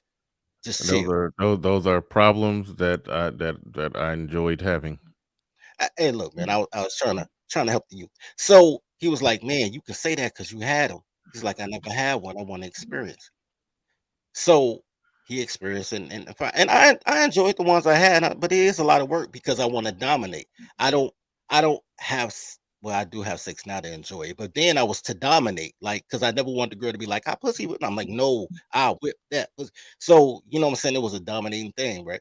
Because of the referral. Because if you smash a girl, right, 3 of her homegirls gonna smash you too, because she gonna run them out. Like, "Oh my god, it was so incredible." So then you get her girls, and it's nothing easier than referral coochie. So I had a method behind that. But those are conversations you can't have with everybody, especially somebody who has 3 women under their belt, you know, the high school sweetheart that they dated to college, then that makeup girl, and then they get married in 2008. Like, who are you to tell me about emotional attachments? Now, on the flip side with women, the problem is that women want to do what men do. So when men give men advice, women listen to that advice like, "Yo, that sounds good. I'm gonna act like a man." And that's when it falls apart. That's why these girls have 2 marriage proposals in their 20s. They never been married because they think they can wait till they're 35 and they can't. That's why they think they can have casual sex and forget a lot of men. You know what I'm saying? And then wonder why they can't have a pair bond. That's why they think, because they're always flipping in and out of situationships and it's always entertaining because her fun is men's work, that they think that anytime they have to contribute to a relationship, that's oppression. You know what I'm saying? That Mm. is why those things happen, because you know, girls don't understand the labor because they don't have to do shit when they're young because they're pretty.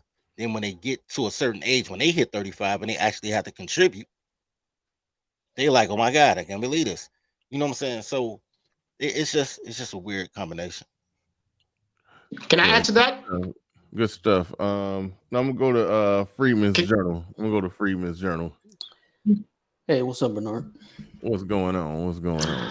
Everything good. Hey, I just want to add some context to what's being said. I think that kind of the two sides are talking past each other. You have traditional culture and you have, well, what is horror culture? Nothing else to call it. So if you're operating under two separate paradigms, what you say to each other is not going to make sense, right? So dating and mating in, Oxford, Mississippi, or Quad City, Illinois is not the same as Chicago or Charlotte or Atlanta, right? So when you're talking to these men, they don't have any idea what you're talking about, right? Like Dirty Folks are saying, if you got married before 2008, but I mean, Ben Shapiro could have got married yesterday. He still wouldn't know what you're talking about because he is operating in traditional culture. A man who's operating in horror culture and moving around in that and having to deal with those women is going to have a completely different perspective.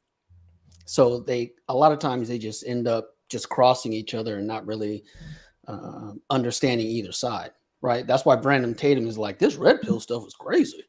He doesn't know, right? I mean, he went to the hood, right? Went to college, married his wife 20 years ago, right? And they don't get it.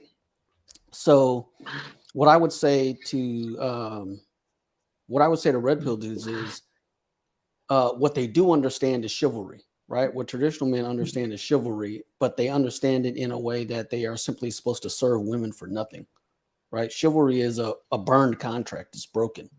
So they're sitting there trying to honor a broken contract. And what that really does is it puts their, shout out to Ed, dudes with daughters, right? The dudes with daughters are putting their daughters at risk because they're just sending them out there into the world with nothing, right? Because they are unwilling to chastise the women of the other culture, right? They're unwilling to do that. They don't want to be mean to girls, is really the crux of it. So that's it. They're it's not Can I even they're not explain? even opposed. They're on different planets. It's like an earthling trying to tell a Martian How to Live and Martian telling Earthling. It's reverse. All right. That's all. Go ahead, Showtime. Those are great points, but those are great points. I'd like to add to that. You have to consider today's modern climate. We live in a gynocratic, man-hating society. Just like the gentleman in the yellow outfit said. There was a time where people used to look up to men for advice. There was a time where boys used to look up to men for advice because men were stern, men were masculine. Now we live in the third wave revolutionary sexual revolution, third wave feminism, where it's now identifying with the female logic. If you think like a female, that's the correct way of thinking. But if you think logically like a man, then there's something wrong with you. If you want to spread your seed as much as possible, just like every other male sentient being, you're misogynist. There's something wrong with you, mister. You should get sterilized, mentally sterilized or something. You should be, kind and considerate to, your female partner. There's some trad cons out there would prefer to use the term partner. They don't want to say wife. They say, this is my life partner. So men of today have become seriously sedated, because of, the brainwashing, the mainstream media.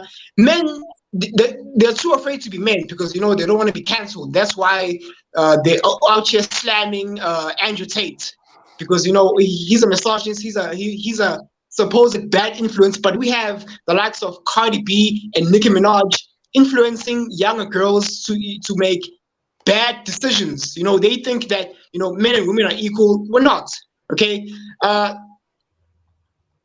So basically, the trad cons of today, they're afraid of being outward and being unapologetic. Because they're afraid of they don't want to lose their mainstream media audience because a lot of them they have like 1 million+ subscribers, and it would do them favors if they were to co-sign us instead and work with us instead of slamming us. So that's my take. That's it. All right. All right. We got I don't even know if you're still there. Your screen went black. It says Cuban Libertarian. Go ahead. Hey, brother, can you hear me, guys? Yeah, we can hear you. All right. I was thinking about this the other day. A friend of mine that's very Christian was telling me about Uriah, which was a very good soldier in King David's army. You guys ever heard of that story? Yeah. I see, man. You're right. Yeah. Right? So he has a beautiful wife. King David is like lusting after her. He sends them off to die in battle.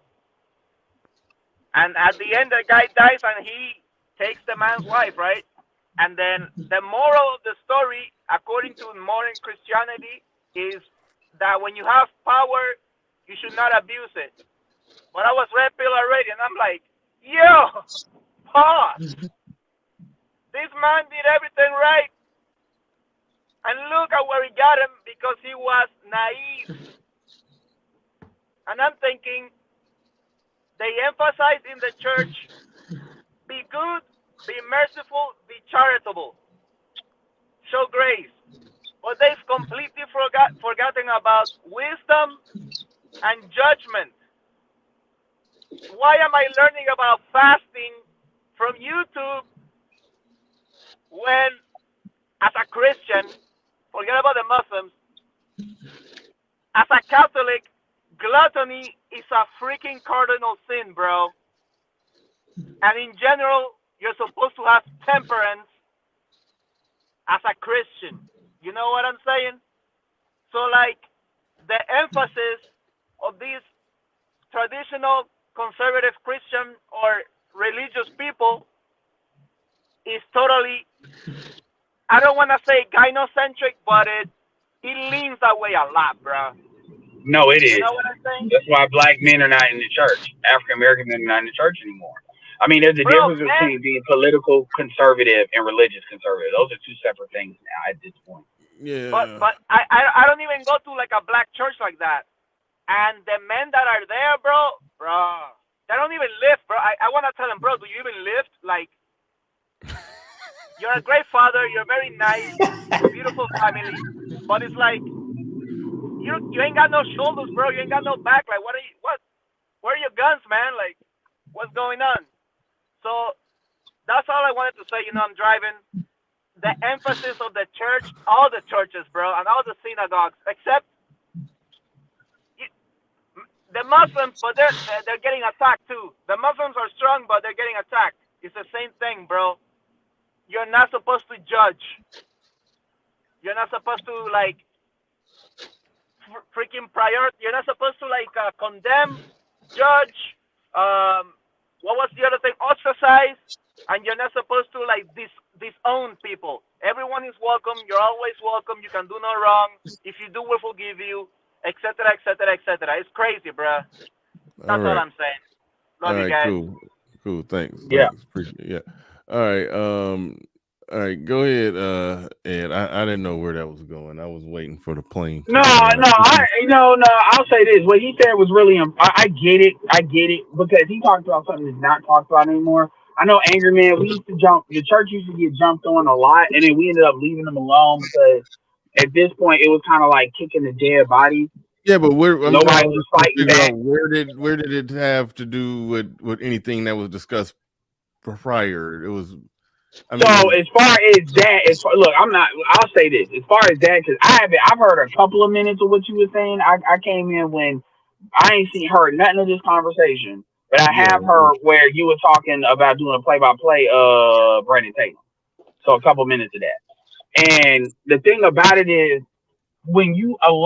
so here's the thing. You have a lot of guys mainly the white manosphere, but in that orbit that or at least the white manosphere is their market, dudes like Richard Cooper, Matt Walsh, where they're trying to keep dudes from quitting.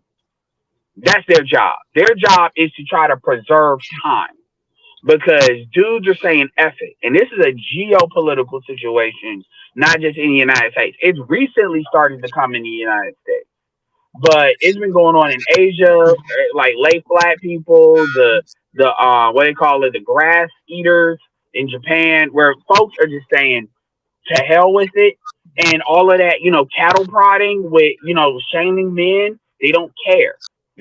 Dudes have stopped caring. So their job is to say it ain't that bad, and there's still hope. Dudes are losing hope. I'm talking about non-black men, particularly white men, are losing hope. And so their job is to try to preserve stuff as much as possible. Go fast forward to like Shapiro and Tatum. Because this has been going on for a minute now, where they'll say red pill is not the way to go. What they'll say is, Shapiro will do this. I acknowledge the problems with the system, but what they're talking about is not what you want to talk about. And they'll even go on a Rollo Tomasi or them, even though Rollo is in a marriage.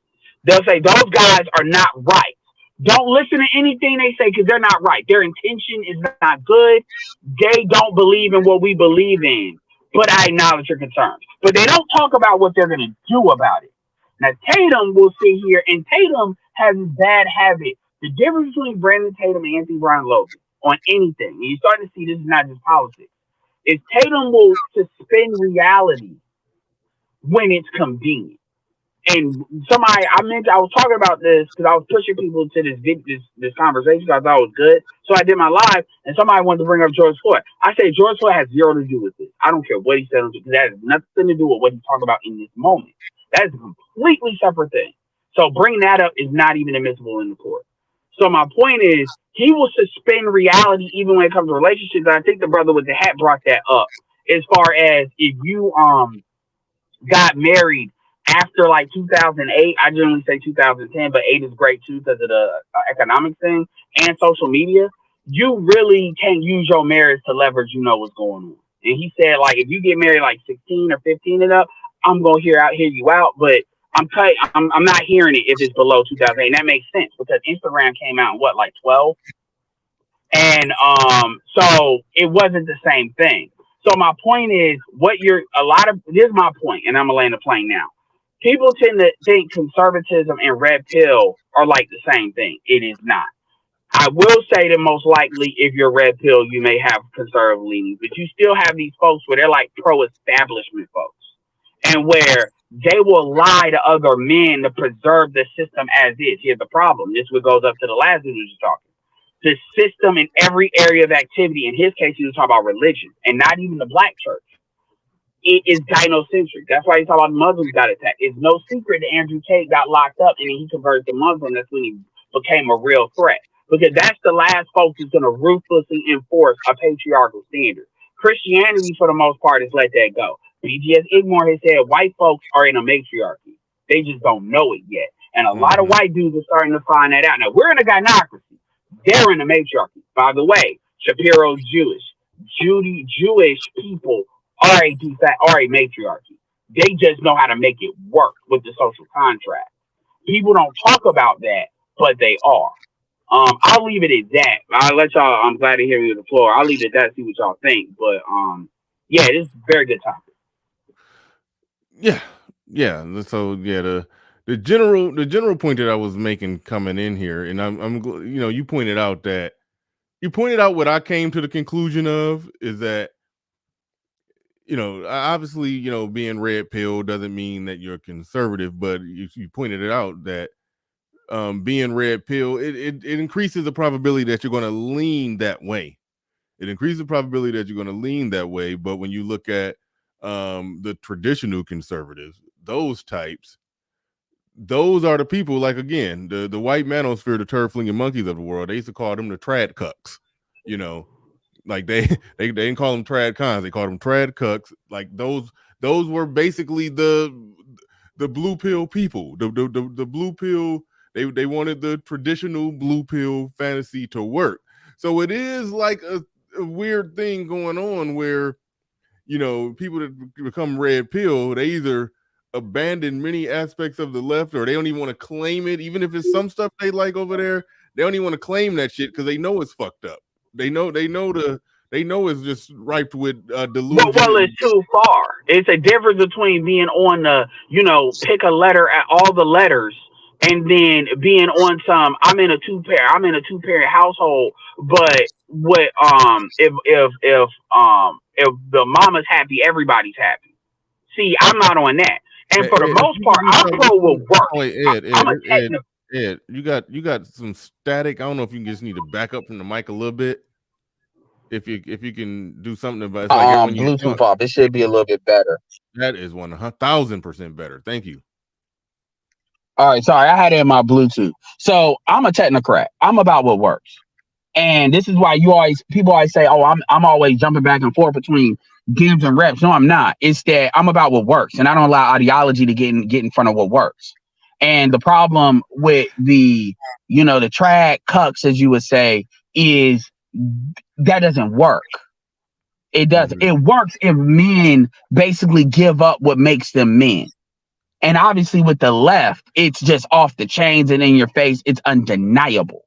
But you have a lot of dudes that are married, but they're the submissive husband.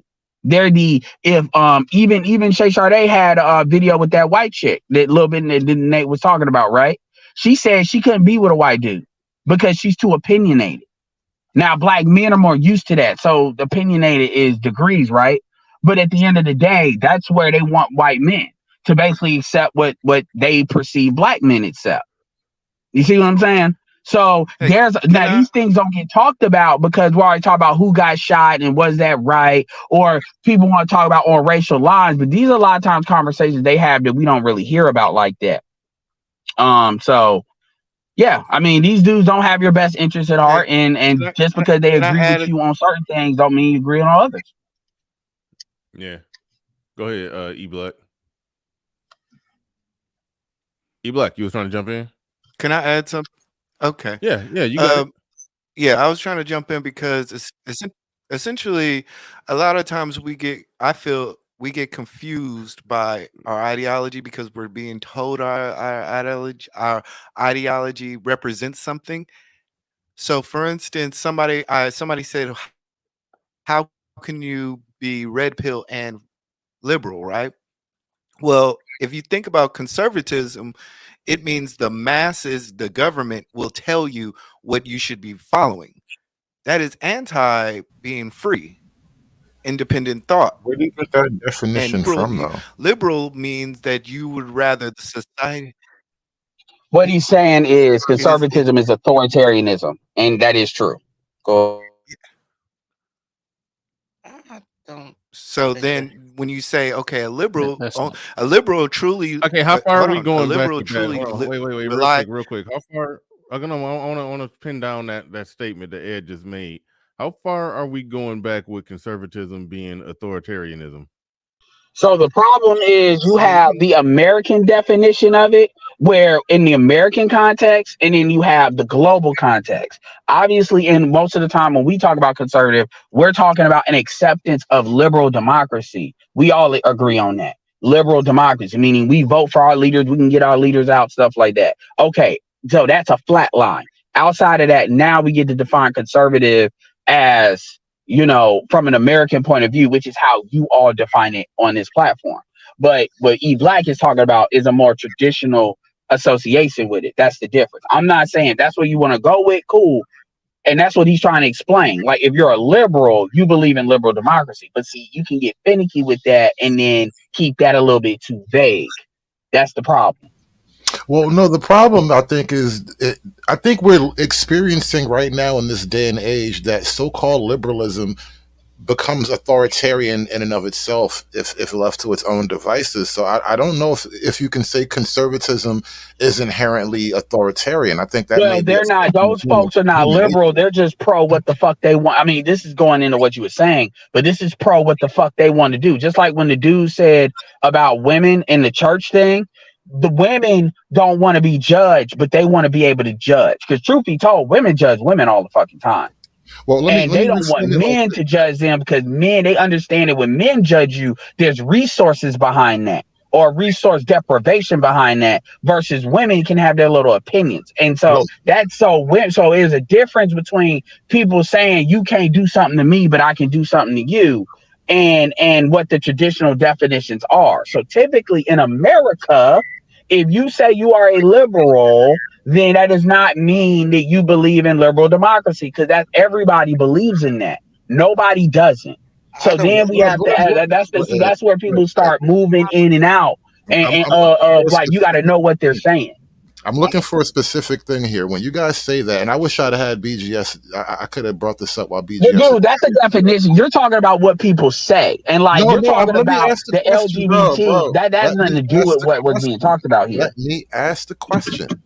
What I'm asking is, when you say that conservatism is inherently authoritarian, I would like you to present a historical example of such. Germany. They always go to Hitler. I knew it. I knew it. I'm not going to Hitler. I'm going to Hitler today.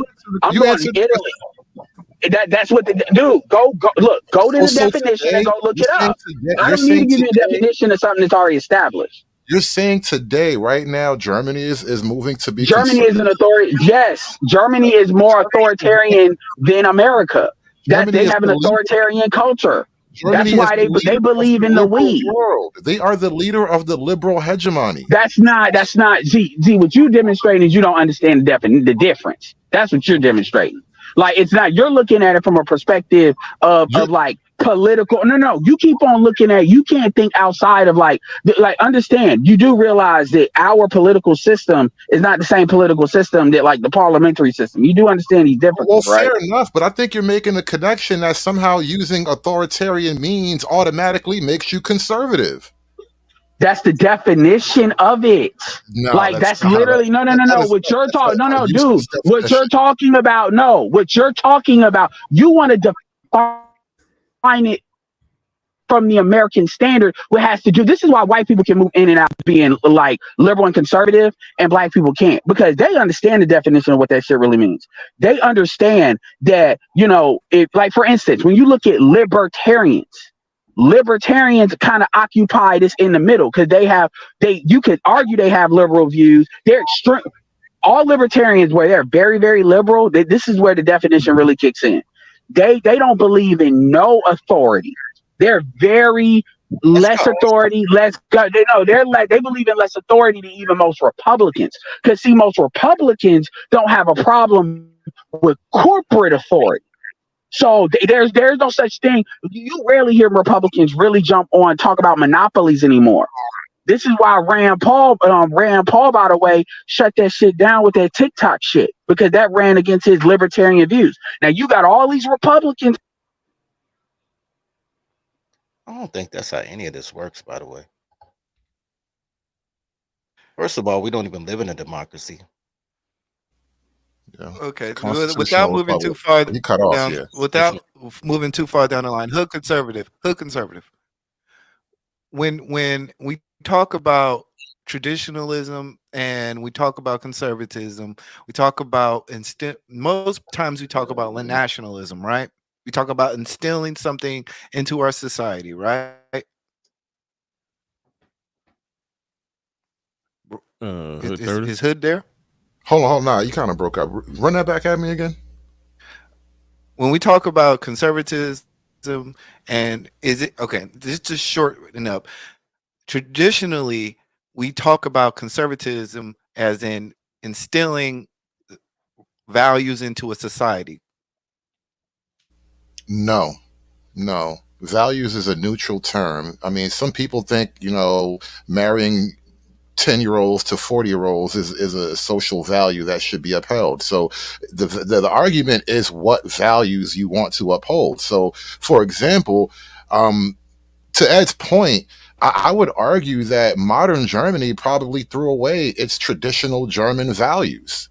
And so to argue that modern Germany is conservatism, I mean, Hitler would come out of the grave and kick you in the balls. So I call modern Germany conservative. No. And frankly, that's why I went to the mustache guy, because it's like people seem to want to associate conservatism with peak Germany.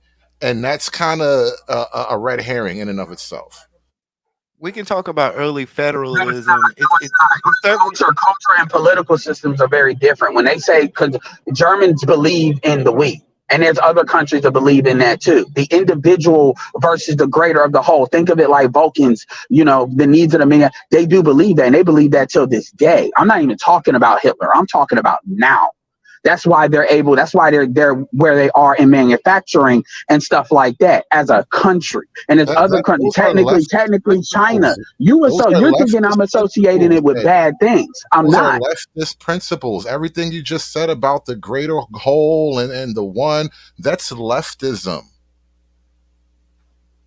And frankly, conservatism honestly probably does respect the individual more than the leftist structure. And what happens with leftism, when they tell you that the one is not greater than the whole, what they mean is they will crush the one.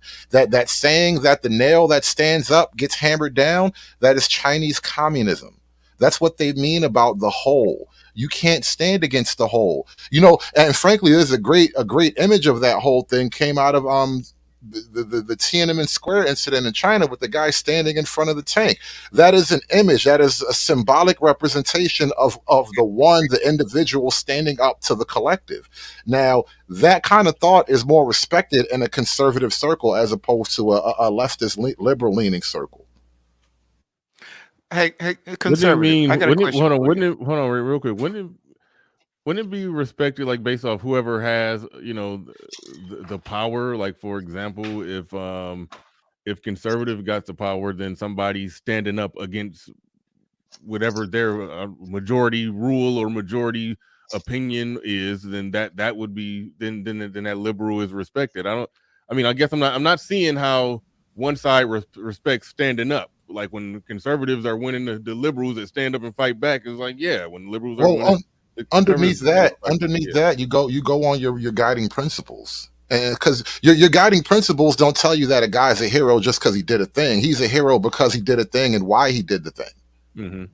And so it's not just that the guy stood up. If he was standing up in front of the tank because he wanted transgenders to have daycare parties and tea parties with your children, do you think he would be a conservative hero? I doubt it. But because he was standing up to the tank for individual liberties and freedoms, the two go together. They mesh well together. Mm-hmm. Let me ask you this, conservative. Do you think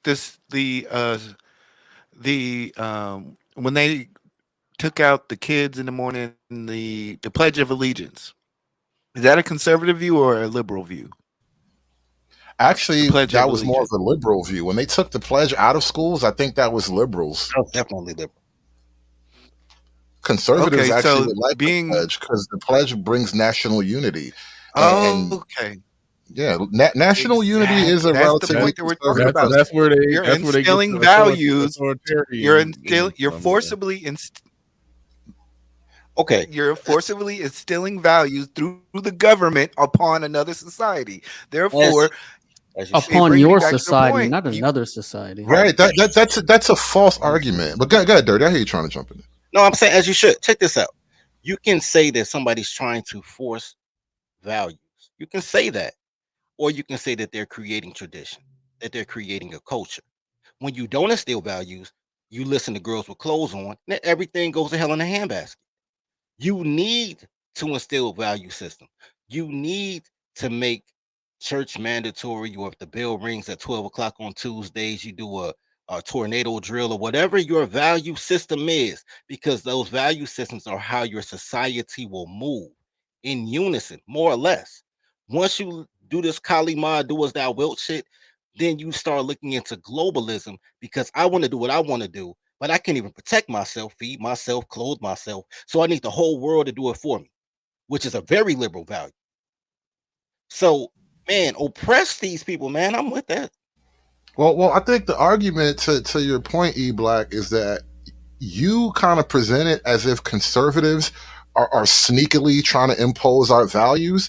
And no, we're going to be honest about what we believe and why we want you to do what we say, whereas liberals are dishonest. You have a value system that you want to impose by force. You got all these transgender people with their transgender flag and their transgender AR-15s. You definitely have a value system that you want to impose. So if we're going to be honest and have an honest competition between the two value systems, that's when we that's the real debate, rather. And I think what's going on in modern culture is we're not being honest. All right, one side is definitely trying to impose some values on you. Like, one side wants it to be illegal for you to call a transgender by their biological gender. Like, we just saw this in Canada. Canada just made it illegal to protest at these transgender rally things, right? And so the conversation isn't about, oh, you just want to impose your values. No, we are equal and opposite forces that both want to impose values. Which value system is better? Which value system leads to a more productive society, yours or mine? But what value system is dependent upon the people or independent thought or the government? Culture, and culture is not an independent thought. But that's the thing. If you were to say, oh, a conservative would actually say, hey, I'm trying to conserve a certain value system, therefore I'm going to force you to conserve this value system. A liberal, hold on, let me finish. Let me just finish. But a liberal will say it's up to the society, without laws, without impediment, to decide whether their value system is going to reign supreme through democracy. You're misusing that, E-Black. And see, that's why hood is that's man, E-Black. It's just like an operating system versus an application. All of it, let's take abortion versus pro-life. Okay, these are two opposite sides. Obviously, being pro-life is synonymous with being on the right. Abortion is being the right for a woman to choose, is being synonymous on the left. None of those issues make you conservative or liberal per se. What side you lean on? That's the parties that determine that based on the issues they decide to go on. What makes it conservative or liberal for the definition is the idea, for instance, and stay with me, hood. Don't try to jump on this to say this is I got you. States' rights is technically the more liberal, because states' rights gives the states versus the federal government. Being a federalist means you believe in top-down authority, versus if you say states' rights, that is more of a liberal application of it, because you're giving more power to the people.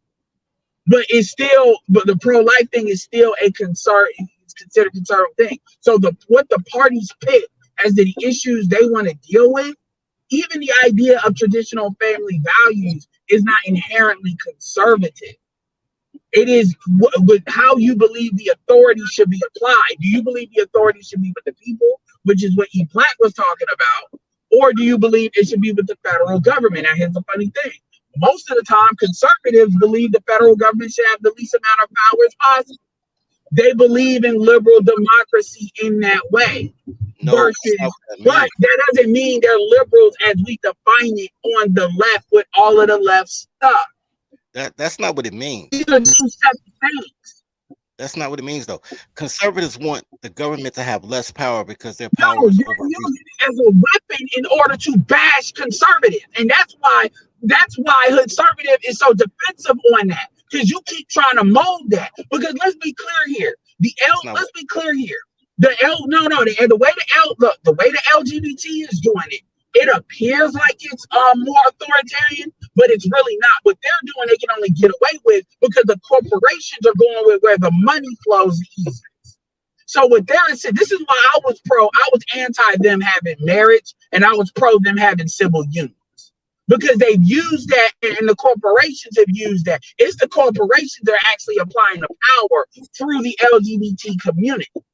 It's not them themselves, because if the corporations didn't do it, you wouldn't have it. This is why people's speech can be controlled, because it's not about you can't say this, you can't say that. It's about this will cost you money. What that dude, I'm gonna back up after this. What that dude brought up with the church, the reason why that happens is because people are not gonna tithe. They want the most tithe. That changed when the church became less about principle and more about how much money you can get. And that's true in the white church as well as the black church. When you gotta do like Joel Osteen and stuff like that. What is it going to be to sell these books to get this stuff down? Now, it's degrees to which how much people are going to sell out, but that's really the overall through line, and that's what the control that gets inserted. Because if what you're saying, as red pill folks here, what we say don't make money, as the dudes that are black conservatives, what y'all say don't bring money to the black collective because the Democrats don't support it. So therefore, y'all are in the out group. That's why black people still support the Dems, because they still get nigga trinkets from them. Y'all are using it as a battering ram to hit the right and left, and that's not what that means. That's not what I'm communicating. Y'all can say what you want to say. I just want to make that clear at this point. You're about to summon Little Big Nate. Look, check this out. Real quick. I just made it back. Just had to step away for a second. Shout out to. You was wondering why what? I was wondering, because I was like, yeah, I'm talking a little bit, and I'm not getting cut off. I'm not I was in another room, and I was sitting there thinking, all I was hearing, I couldn't tell what you were saying. I just was hearing your voice, and I was like, damn, ain't nobody cut Ed off in a while. He must. I was like, what the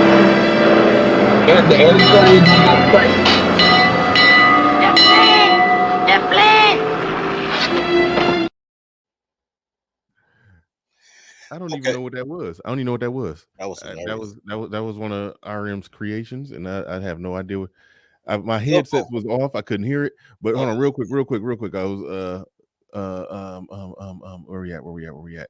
Charles Merchant in the building says to be traditional under a horde's culture is to be a cuckold. Conservatism automatically self-governs one from being taken advantage of by matriarchal women. Thank you for the super chat. Do appreciate that. Thank you for the super chat. Do appreciate that. All right, go ahead. Unless it was another one. If it's another one that I missed, RM, put that up there. Put that. Oh, it was saying ball. Okay. Oh, it was saying the plane. Okay, never mind. Okay, I figured out. But all right. Yeah. Pull up another one if there's another one. But all right. Yeah. Go ahead. All right. I just want to say this. You want smaller government because every state is its own nation state, and you don't want the federal. The feds is a very small town that we call DC. That's Fed. Everything else is a state's right. You want the states to have the ability to be their own sovereignty. So you want less oversight so you can do what you want to do. When you have less laws, you have, regardless of the LGBT, which is what y'all concerned about, you have the Quakers, you have the Amish, you have the ability to have large Muslim communities because of the right to your own religion. You have communities okay, this is what liberals do when they get the opportunity to be oligarchs. They make it mandatory for every city to accept Section 8. They will fine your city and make it illegal if you don't take in the transient people who will destroy your community. That is a law. They sued for that. Then after they sue for that, they say, yo, now that you have to take Section 8, we're going to make it mandatory that you have to have transgentleman housing sectors in your community. We got to fuck up your community because you have no rights to your own autonomy because we are liberal heroes roar. That is authoritarianism. The left is authoritarianism. Conservatives, for what you want to say, is just to conserve basically the first 10 or maybe the first 15 amendments of the Constitution. The right to bear arms, the right to free speech, which you don't have because they censor you heavily. I still got flags on YouTube. You come out here and you I think you just had it backwards. Anything you said, I think it was just the opposite personally. It's the Same here. because they're saying the Darth Vader, they're going crazy, they're going ham in the chat about Darth Vader. Darth Vader is a perfect example. You watch Star Wars rooting for the Jedis, but the Jedis were the single mothers and the green-haired people, right? They called themselves rebels. The Federation, the Republic, to the Republic for which they stand, the Republic had a plan not only to govern one planet, but to govern many planets. Now you can call that the New World Order, and that's fine, but they had a plan. Everybody else's plan was just to stop a person with a plan, but they had no structure to replace it with. They were just chaos. Kalima, do as I want. And that's why they kept losing Jedis, because Jedis was like, yo, this is dumb. Right? And it got taken down by I mean, hold on, nigga. The GPS is all fucked up at this point, man. I don't even want to look at the GPS no more. That's how far we off with this. At the end of the day, there are conservatives that's on that not traditional, but on that what they call it. I call them company man conservative. They are for the status quo, and the status quo right now is men getting fucked. And it's always interesting how you got folks that are really high up on that totem pole as far as the YouTube thing, where obviously they benefit from the masses in that way, that are on that. And when it comes to Brandon Tatum is out here acting like, see, Brandon Tatum is one of them dudes that's in a deep need. I'm not gonna call it a nigga wake up call because I understand the connotation that has. He needs a red pill wake up call. That's what he needs.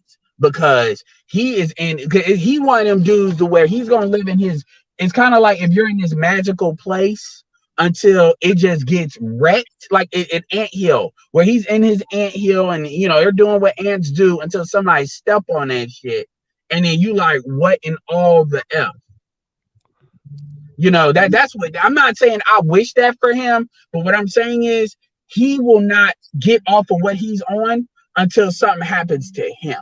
Now you got dudes like, for instance, Dear Future Wifey, that came on here way back when, that he's aware, he knows what it really is, but he's gonna sell the stuff that needs to be sold.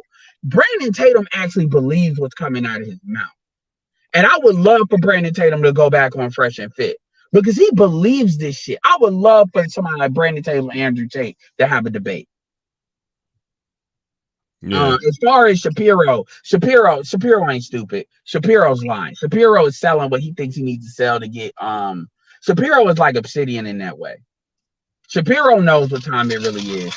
But Shapiro, because that Shapiro won't put himself in a situation like that, but he'll say what he needs to say because he knows he's like these Democratic operatives that they say what they need to say to black people to get a check from like CNN or MSNBC. That's what Shapiro is, but in the right. Well, then you compare somebody like Shapiro versus the Ann Coulter that'll tell the truth, and damn if you get mad about it, regardless of what that is. She'll tell the truth as she sees it, regardless of who gets mad. This is why when it comes to reparations and stuff, she's pretty consistent on that. But she'll tell what people will call her truth as she sees it. We'll call it that. But Shapiro wants a check. Well, the thing about a guy like Shapiro, though, is that I think he understands the threat. And to a certain degree, like the extreme red pill is almost like the extreme radical left, in the sense that if you really ask me in my heart of hearts what the solution is, this shit got to come down. Both sides agree on that. Hold on. Everybody be quiet. Who the hell had ice cream truck music playing in the background? Oh no, that's me. I'm sitting next to the It window. wasn't me. Okay, all right, There's no string red pill. Those are black pill folks, and even then, All right, those wait, are hold on. I don't know if Hood finished. I interrupted. No, I just want to say those are not red pill. Those are black pill folks. But go ahead. All right. Yeah, don't mind the ice cream truck in the back, y'all. But I think both sides. That's how you know hood conservatives live in the hood. That ice cream truck do not ride through nice neighborhoods no more. But no, those are black pill folks, and those are nihilists at that. Most red, so just FYI, most black pill folks are not nihilists. So, but you talk, and those are the people that have quit.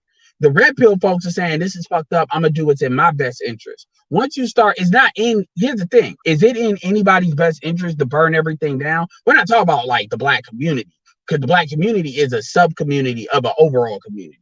We're talking about the overall community. And truth be told, most black pill people that you get in the black community, they're not really on burn shit down. They just, I'm about to just fuck and do whatever I'm gonna do. I'm doing me 100% no matter what. I'm lying, like kind of like when Alpha Male Strategy was saying to lie to these chicks, do whatever you got to do, and get yours. That's kind of like what black pill is. But even it's very few black people that are really on some burn the whole America down, because obviously we're in it. Usually those are like white folks and not black folks that have quit. That's why that quitting part that I brought up earlier on with Matt Washington, that's why that's dangerous, because the difference between black men and white men or non-black men is they have a standard. Black men don't really have a standard as a group. We believe we got to alpha our way through everything. White dudes don't believe that. Not really. They do not really believe that as a group. They will say, fuck everything. You don't believe me? As soon as America stops working for white people, a lot of times they put on that, not all white people, obviously, but they get Confederate. Well, I mean, I think that when you start to bring up the racial dynamics, it kind of throws the whole conversation into a different spot. No, it doesn't. No, hold on. You're telling me I'm incorrect by saying that white men expect the standard. I didn't say you were incorrect. I said you bring up. I said you throw the conversation into a whole different dynamic. What I'm going to say about that was that I think you had me wrong when I was talking about the extremes. All right, the black pill side doesn't necessarily just want to burn it down and leave nothing useful. Whereas I think the left has this fantasy of something, the utopian leftist vision. Right, that's what they have in their mind after it burns down. Where on the right, even if you go to the extreme black pill, you could negotiate that one backwards in time. Like you could pick a time on the chart of American history and be like, you know what, somewhere, let's say the day before the 19th Amendment. Can we all agree on that? And you can probably get a good amount of consensus there. Okay, here's the other issue with that. Go ahead. The other issue with that is the racial dynamic doesn't matter if you listen to girls with clothes on. Because you can say white people, but I can say any group of men, even if they have tawny or swarthy complexions like the Kenyans and Nigerians or Jamaicans that have their own little pools in different cities. Men in general, regardless of ethnicity or culture, kind of want the same things. Men are in a chase for resources and sex and barbecue, and then whatever their interests are. If you ask me, if the left wins, then that's slavery. The left is slavery because they can't fight their own fights and they can't do their own labor. So even now, matriarchy is slavery. Even now, you have, especially if you want to talk about the blacks, women are women first unless they want to promote a fight. Gays are gays first unless they want to promote a fight. And then instead of men being men first, they black first, which is why I don't fuck with black men. I do mess with men who happen to be black, but then you're fighting a tribal war for people that's not in your tribe, right? You become the beast of burden so people can get flued out and get defended. And anytime something happens to you, they can get the money and build their own housing that doesn't include you. It's slavery. Yes, I've talked about this before. This is why whenever you promote options for black men to do things, whether it's passport bros, SYSBM, anything that has black men unapologetically doing what's in their own best interest is anti-black, according to black people. But it is, because black is only for women, gays, and felons. If you're not gay, no, I agree with that. But I'm saying that's how it's sold. And when I asked BGS this question, and I've asked, and people have been in this space for a long time, this question. People have been in this space for 5 or 6 years. I'm gonna ask y'all now. I know Conservatism has been around a while. Some of y'all been around here a while. Have y'all ever heard black women? I would say women in general, but I'm gonna do the black women at this point because that's who we were. That's who this conversation was around. White women were really around her like that. Have y'all ever heard black women say what they were gonna do for the community that they want to see? One time. And all these conversations that y'all have ever heard, whether it's in this space or anybody y'all ever heard on YouTube that's black, have Never. you ever heard? I think the catch to When that I got a is video they're on it. When kinda- asked directly, they don't answer. I think I the know, catch but to I'm that just is saying, that have you they're- ever heard women say that? All of the talking they do, have you ever heard them say, this is what we gonna do? Well, I think the catch with that is that they're kind of in the community that they want to see. They just No, they're wanna not, because be they complain more- about it more than we do. I know, but they want to be more successful in it. It's sort of like that FD Signifier conversation where he was talking to him. He said, "I got no problem with the baby mamas." And So he basically but hold on, let me finish saying what I was saying. So basically, what he was saying is he want certain things done for them and given to him, and white supremacy defeated, so they can thrive and do better and make more money. And So be what more, are women willing to do to more- make that happen? more- Because women are not even willing to not fuck with the white bit. Because the white bit, if you believe in white supremacy, then you can't separate a white woman out of that. So if you believe in white supremacy, then politically you're in lockstep with white supremacy, because black women vote for the Democratic Party at 97%. That is the party that represents white women more than any other individual demographic. See, it's this white supremacy patriarchy version versus, and that's how they try to get out of that. Mm-hmm. You see what I'm saying? So you can't get out of that, because I've always said there's never been a law that a liberal white woman has passed that a conservative white woman is campaign to overturn. Believe me, on the things that count, they agree. They may disagree with how that stuff is chopped up when it comes to their men. Certain women may be more patriarchal, which is why Trump got elected with white women but when it comes to like their own shit, they agree on that. So you can't say, that's why FD gets choked up on that. But my point, I agree with what's called, I call it the gynocracy. And when a lot of people say you're pro-black, I say you're really pro-gynocracy. Because whenever anybody talks about how do you measure being pro-black, it always comes down to how close you are to God. In the pro-black community, God is the black woman. So this is why dudes start saying, I love black women, or I'm not trying to blast black women or somebody at all, because think about it with the Pearl situation.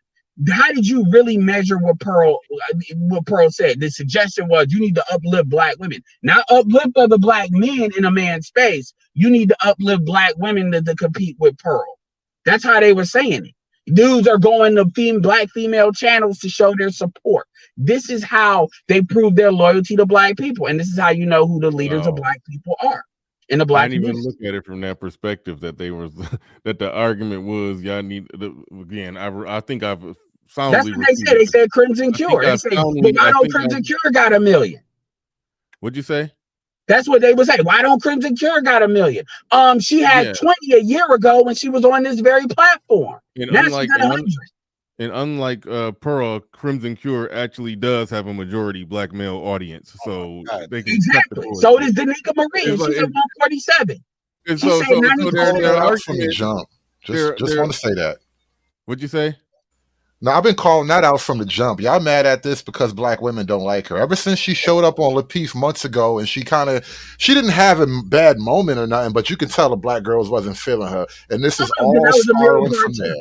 It was the same thing with Amira. And then truth be told, Pink Book called that out. I literally shared a video. I'm going to share it on my community tab again, which Pink Book called out how Amira, the Lebanese chick, brought out the chameleon out of these chicks. And then you get, okay, let's say make it a white chick, but it's self-admittedly 5 versus Amira is attractive. And so how did they go after Amira, conservative? You say it. Oh, they hated her. They was going straight at her. What indictments did they pull though? Oh no, they tried to play the race card with her. That's how you get her up out of there. Here's the problem though. I can because I want to get back to the original topic, but I can break down this whole black girl dynamic very easily. Black girls hate everything and everyone. They hate themselves. They hate their hair. They hate their kids. They hate their men. But they need all of them. They need the kid for housing. They need the hair for self-esteem. They need the man for everything else. They hate everything. They hate women even though they want to look like white women. They hate white women. They hate Brazilian women even though they get Brazilian butt lifts. Black women hate everything. They are the epitome of hate. The problem is that black men love. Bring that super chat back up. The problem is black men love black women, but black women can't love nothing. So y'all are fools. Men love each other as they love themselves, and then just put these girls in a box. They rims on a car. They are not a partner, bro. They your toddler. Raise your toddler, deal with the bros, and you wouldn't have these problems, man. Yeah. Black women project their hatred onto black men, and black men's dumbass because they have a guilt complex because they see black women through the eyes of their mama, which is fucking stupid because a lot of your mamas don't like other black women. I know my mama don't like black. I was supposed to have 2 older sisters. I'm the oldest. All these chicks don't like black women like y'all be thinking they do. They not on code like that. But anyway, they have a mutual dislike for you because they need and that's what brings them together. But you remove that, it's World War, it's civil, it's World Rumble at that point. Yeah, girls don't like each other. That's why girls fight in the middle of the street until they both naked, and I appreciate that. But it's a spectator sport. But black girls tell that to Little Big Nate. I don't count when I count women. I don't count black as women. I just don't. So I don't. That's why I want to get to the original topic because nothing like anytime I'm unsure about my life, I ask 3 black women, and if 2 or more black women agree, I do the opposite, and it normally works out. I don't trust black women. Niggas think I'm bad. You know, I got a question for you real quick, and then we get on the topic. Real quick. My percentage is real quick. Shout out to Bro Carter in the building with the $20 super chat. I do appreciate that. He says this damn good panel. Thank you for the super chat.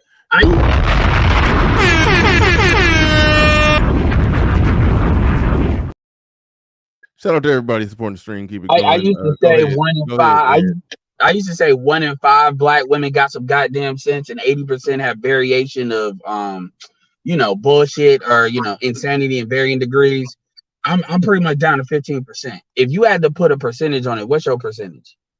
If I had to put a percentage on it, I put it at 9% because only 9% of black women are married and they have the leadership of a man. I don't trust nothing girls say. So about 9% got some goddamn sense as you would. I like 5. No, that's a good number. I know. I thought you were gonna say 3 the way you were going, but nah, that's a good number. I'm not giving them credit. I'm giving their husbands credit that she listens to him, and that's why they still married. So I could really go 4.5% because half of them marry cucks. So maybe 4%. Right? Yep, that's what I was gonna say. Yeah, only about 5 because half of them you see it, right? Like Kevin Samuels had all those seemingly nice suburban college girls. I got 1 in 5. We got to renegotiate that number down to 1 in 20. And based on the goofiness, especially the post Kevin Samuels number, that 1 in 5 was like a pre Kevin Samuels number. Now that everybody that snitched on themselves, yeah, we need to renegotiate that. So when y'all dudes be always looking at these channels, I mean, look at all the chameleons. I keep telling you, nigga, we need to have chameleon court. We need to have chameleon court martials. Because a lot of folks, this Pearl, so you say what you want to about Pearl Obsidian. One thing that Obsidian's good at doing is rattling cages and showing where all the chameleon apples are, and then they love the fall, and Lord knows that they I can verify I can verify Bernard Riley has held court on this channel before. No, we need to have chameleon. Y'all must have missed that show. I talked to Jada a couple of days ago on another panel. I forgot to ask her about, all those extreme red pill people that be promoting violence against women. She never gave me that, those screenshots. She actually did send me some stuff, but it's not. It wasn't conclusive though, was it? No, it was. It either is a combination of wasn't red pill or a part of this space. And then it was one dude just trolling on some bullshit and was talking like I didn't know who that dude was, but he was like talking like it was weird. He was basically now you got a whole TikTok like category for that kill black male baby bullshit now. Like I could fill up a whole mega file on that shit. That it literally, I know exactly where to go to get a constant diet of that on TikTok and YouTube if I really want it. Yeah, bro. 8 out of 8 out of 10. So what's 8 out of 10, bro? 4 out of 5. Nah. Yeah. No. I said 1 in 5. I said 1 in 5. I'm saying 4 out of 5 girls that I've dated wanted to euthanize me, bro. You talking about on that hate you? Ooh, yeah, that's. I'm saying you wake up at 2 in the morning to pee and she just up looking at you sitting on the bed. I'm like, what's this bitch thinking about? Like, I don't expect girls to like no, right? Part of being an adult is telling people no, and part of being mature is accepting that no, right? Yeah. But they toddlers, they can't accept a no. So 99 yeses get erased with 1 no, and then they'll throw a toddler temper tantrum. I don't concern myself with that. I concern myself. Here's the thing: women, liberals can only do. I ain't gonna say that. Women can only do what men allow, right? So whatever quote unquote rights or benefits that women have, men give it to them. I'm never afraid of a woman doing anything to me. I have to worry about who she's gonna call when she promotes that fight. So do I have to go to war with her dad or brother? Or who she's gonna lie to, which is called. Same thing. The courts. What man will I have to battle because this goofy ass toddler is in her feelings, right? Because they can only do what men allow. Once men have a code, then that would reduce the goofy shit that girls can do by like 90%. Oh no, I agree with that, and that's why. Yeah, you're right. And the problem is, wait, hold on, real quick. Hold on, Ed. Carlo in the building with $10. Well, $15 whichever. I think that's 10 in Canada, or I'm not 100% sure. But he says, "Do you think Ben Shapiro would be open to the marriage discussion?" What do you mean, open to the marriage discussion? I mean, I believe he would be open. To be fair to him, I believe he would be open in reforming laws. That's how you would have to approach it. Yeah, well, that was sort of the part of the impetus. I don't even think that's the right word, but of what I was talking about, where it was like the traditional conservatives, they're hearing red pill conservatives blowing up and becoming more of the face or the voice of it. They're losing the narrative on it, and I think they're criticizing red pill because they're trying to take it back. They're not being solutions based. What they're doing is hold on. Let me lay it out. I think they're trying to reclaim the narrative of what a conservative man is, and in conjunction with that, I started questioning the blue pill nature of where they're at, and I don't think that they're on some change laws on type of stuff. I think that they're just just be a better mate and a better man, and then, that's how I would approach it, because see, they're in dangerous territory, because first of all, you got a lot of libertarians like Rand Paul folks out there in which you can calm them down by solving problems and speak to what they're talking about, and they just push real hard for those problems to get solved immediately and in a hurry. When you get into these conservatives, you're danger close to being called a feminist. See, Shapiro's in a situation where if the right person in the right moment in the right debate called him a feminist, it's like you can talk all that crap all you want to, but at the end of the day, these laws don't benefit men. Like, divorce happens. And so if you're not even open to changing the law, because here's the thing, if you approach him with changing the laws, he's got to then defend why they don't need to be modified at all. And see, he can't lean on race, because I would just come at him straight up with white statistics. Fuck the blacks. We're talking to straight up the majority population, because that's all I need. Shout out to divorce court. And I keep saying the manosphere, whether it's black, white, or whatever, we agree on like 85% of stuff. It's only like, really, I could argue 90, especially the basic stuff. Like, I would love to see Shapiro argue paternity, like mandatory paternity. Give me a reason why that shouldn't happen. Like, see, this puts him danger close. My thing is, I think they'll start copping pleas on that kind of stuff. And I think, if he comes to play on that, their simp chip will come out. Well, the If we problem with really, Shapiro is Shapiro is known to be a debater. If that's it's kind of like Count Dooku, right? Since we're gonna bring up Star Wars references, Count Dooku was one of the best swordsmen out there. But when Anakin, once he got too close enough to his power, and he started taking that lightsaber and just like as hard as he could, Dooku shriveled up and his arms and head got cut off. So the thing is, his stuff that he stands on, a lot of it is predicated on him being a very good debater. If he has something that's wide open like that, other conservatives will exploit that, if for nothing else, to say, I took Ben Shapiro's head. Because remember, Shapiro is Jewish. There's a lot of white dudes that like, he ain't white. So it's definitely within the rules to go at him. That's why when they have their own individual squabbles and stuff like that, like your Trump conservatives versus stuff like that, you know, he says the right stuff, but he has his own vulnerabilities as well. So if somebody sees an open way to go at him, like think of it like Trump versus DeSantis. People try to act like Trump and DeSantis are the same. They really aren't. DeSantis is somebody that's a lot more.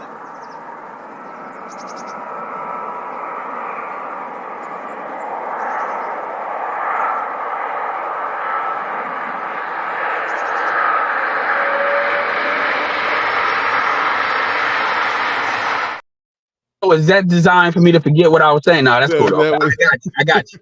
So DeSantis. Wait a minute. Hold on. Now it went for too long. Yeah, if that gets spelled up, that would actually be really good. No, we gonna work on that. But hold on, remove the sound from it, and then it could just play while somebody talking, and it won't even. Yeah, that would actually be real good. So I might get that clip and cut it just to send it back to you. But the thing is, it's splitting hairs. We probably had that ready by the next show.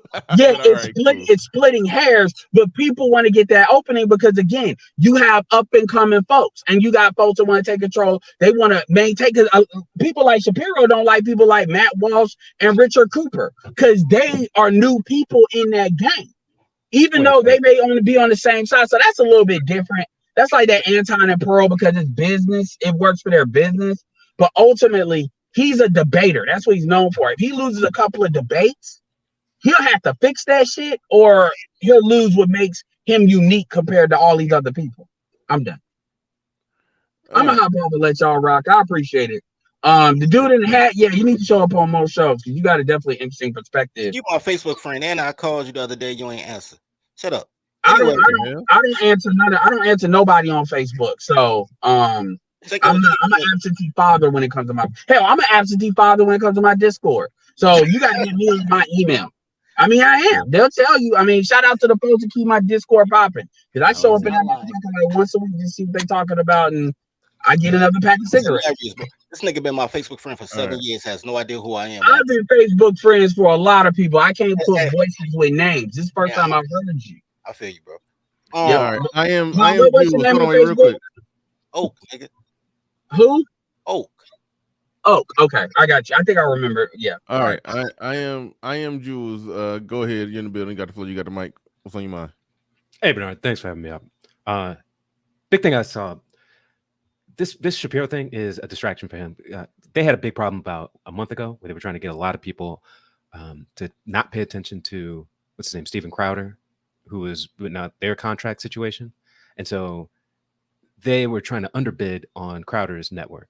And that caused a problem. So now they're trying to soft pivot into something else to distract. And it can give them the air of moral superiority and then allow them to still hold a little frame over the whole situation. I think Daily Wire overall is just kind of a conservative old guard. They're about as relevant as the National Review. So they need something to do until the elections kick in. That cuts deep. National Review. Yeah, Ben Shapiro wants to be he wants to be one of those old guys, sitting up there trying to, he doesn't have the gravitas of that, but he can, aim at it. Plus, he lives a different life than all of us put together. I mean, he's got like a 6,500 square foot mansion in, Greater Palm Beach area. I mean, he's living on next level type of wealth. The idea of, trying to correct regular folks about how they're supposed to live their relationships, it's a distraction for everyone else just to argue about. He's kind of the guy who lies about how he hasn't studied for the test. Meanwhile, he's been studying for like 6 days straight, drinking coffee 24 hours a day. and he's going to go in there and ace it and then get the A and then just say, I don't know how this happened. Like, this guy's playing on a different level and he's just talking down. Well, I mean, I don't understand when people say, "Oh, something is just a distraction." I don't think I don't think you take the time to talk about something that, I mean, for no reason. I think there's a reason why, but why? Okay, I guess, why do you explain? I guess explain again. Why do you think it's a distraction? I don't. What a distraction?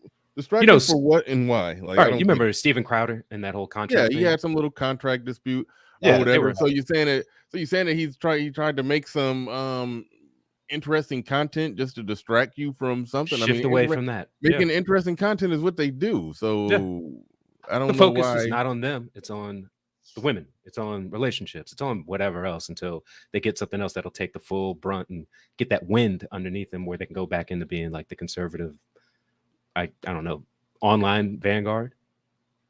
I mean, I think they still were being a conservative online vanguard when they were when he was making his criticism about when marriage should happen and why and under what terms and conditions. I think that's, a fairly conservative thing. That's what conservatives be talking about. So Yeah, but yeah, how else are they going to? I don't think you can do this without having good. Like they can point at like Fresh and Fit and say, "Oh, look at these terrible men," and then they can put at the guys on the girls on whatever, the white guy show version of Fresh and Fit and say, "Oh, look at these terrible women," and then everybody looks bad. You should follow us. We'll walk you through. I don't think you can promote male and female whoredom and sexuality and consider yourself a conservative too. I think that's where a lot of the times they get mixed up in red pill, because you're saying, well, men, be a whore until you're 35, but then you're also saying we reserve the family. We're speaking up for families and conservative Christian values. Those two things go against each other. So I think a lot of that goes along too. I disagree entirely. That George W. Bush, I mean, he hoarded up for what, 40 years, drunk driving. Even his wife ran over and killed somebody. I mean, these people live terrible lives, and then they get the redemption story, and then they can see once I was lost, now I'm found. I mean, most kings got married at 40 to 14-year-olds. I mean, yeah. Nah. Well, what did that have to do? What did 14-year-olds have to do with the conversation?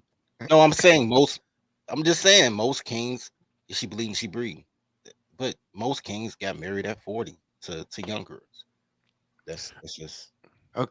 I mean, it's a brute fact. It's a fact, I think, but yeah. Or they got married at the age because they needed to unite tribes. Something like that. Yeah, but either way, I mean, I understand the point that E Black is making. That if you talk a lot about sexual promiscuity and then you're still sort of under the umbrella of conservative, even if they don't even call themselves that, they do spend an inordinate amount of time calling out all the woke, all the left, all the all of that stuff. So it's like they're kind of on the same team as a Ben Shapiro when it comes to calling out all the purple haired bullshit. But they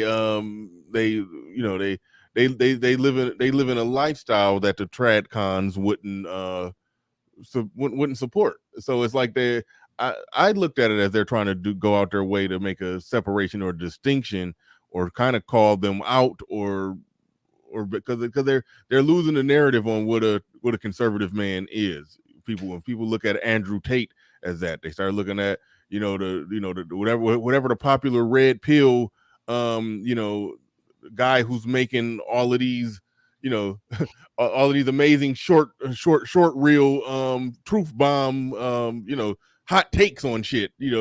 That's the representation of the conservative male now, and I think they're losing the narrative on that, and I think they're trying to push back against that. They're trying to take it back, I think that's more of what's going on. Yeah, and they're also trying to exist in the modern world, trying to bring back traditional values, and they've always had these efforts for the past 200 years. You can look at the Oneida movement up in upstate New York. The people that made the Oneida. But do they really got a problem with the concept of be traditional after you get through after you make your money and get done playing around with these hoes? No, but they do have wife swapping, and they did have multiple wives. That's always come in there. The Oneidas did that, and they had a very quote traditional upbringing. The Mormons did it too. I mean, that's how they went from 500 people moving from Missouri to 50,000 within 2 generations because they just kept pumping those women full of babies. And it wasn't one dude. Well, it would be one dude with like 50 wives, but then that's how you get a religion big. You get them from birth. And you control who births. All right. We rounding up. RM, if it's a super chat or anything I haven't read, pull it up on the screen because we are rounding up on the end of this thing. I'm about to wrap this bad boy on up. I'm just checking to see anybody supported the stream via Cash App. I am curious. Okay, somebody did. Shout out to who we got in here. Robert J. Carmichael in the building dropped a $20 Cash App on it.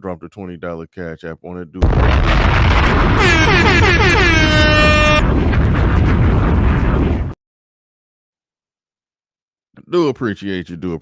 Appreciate everybody who support the stream in any way, shape, or form that you chose to do it. Shout out to each and every one of you.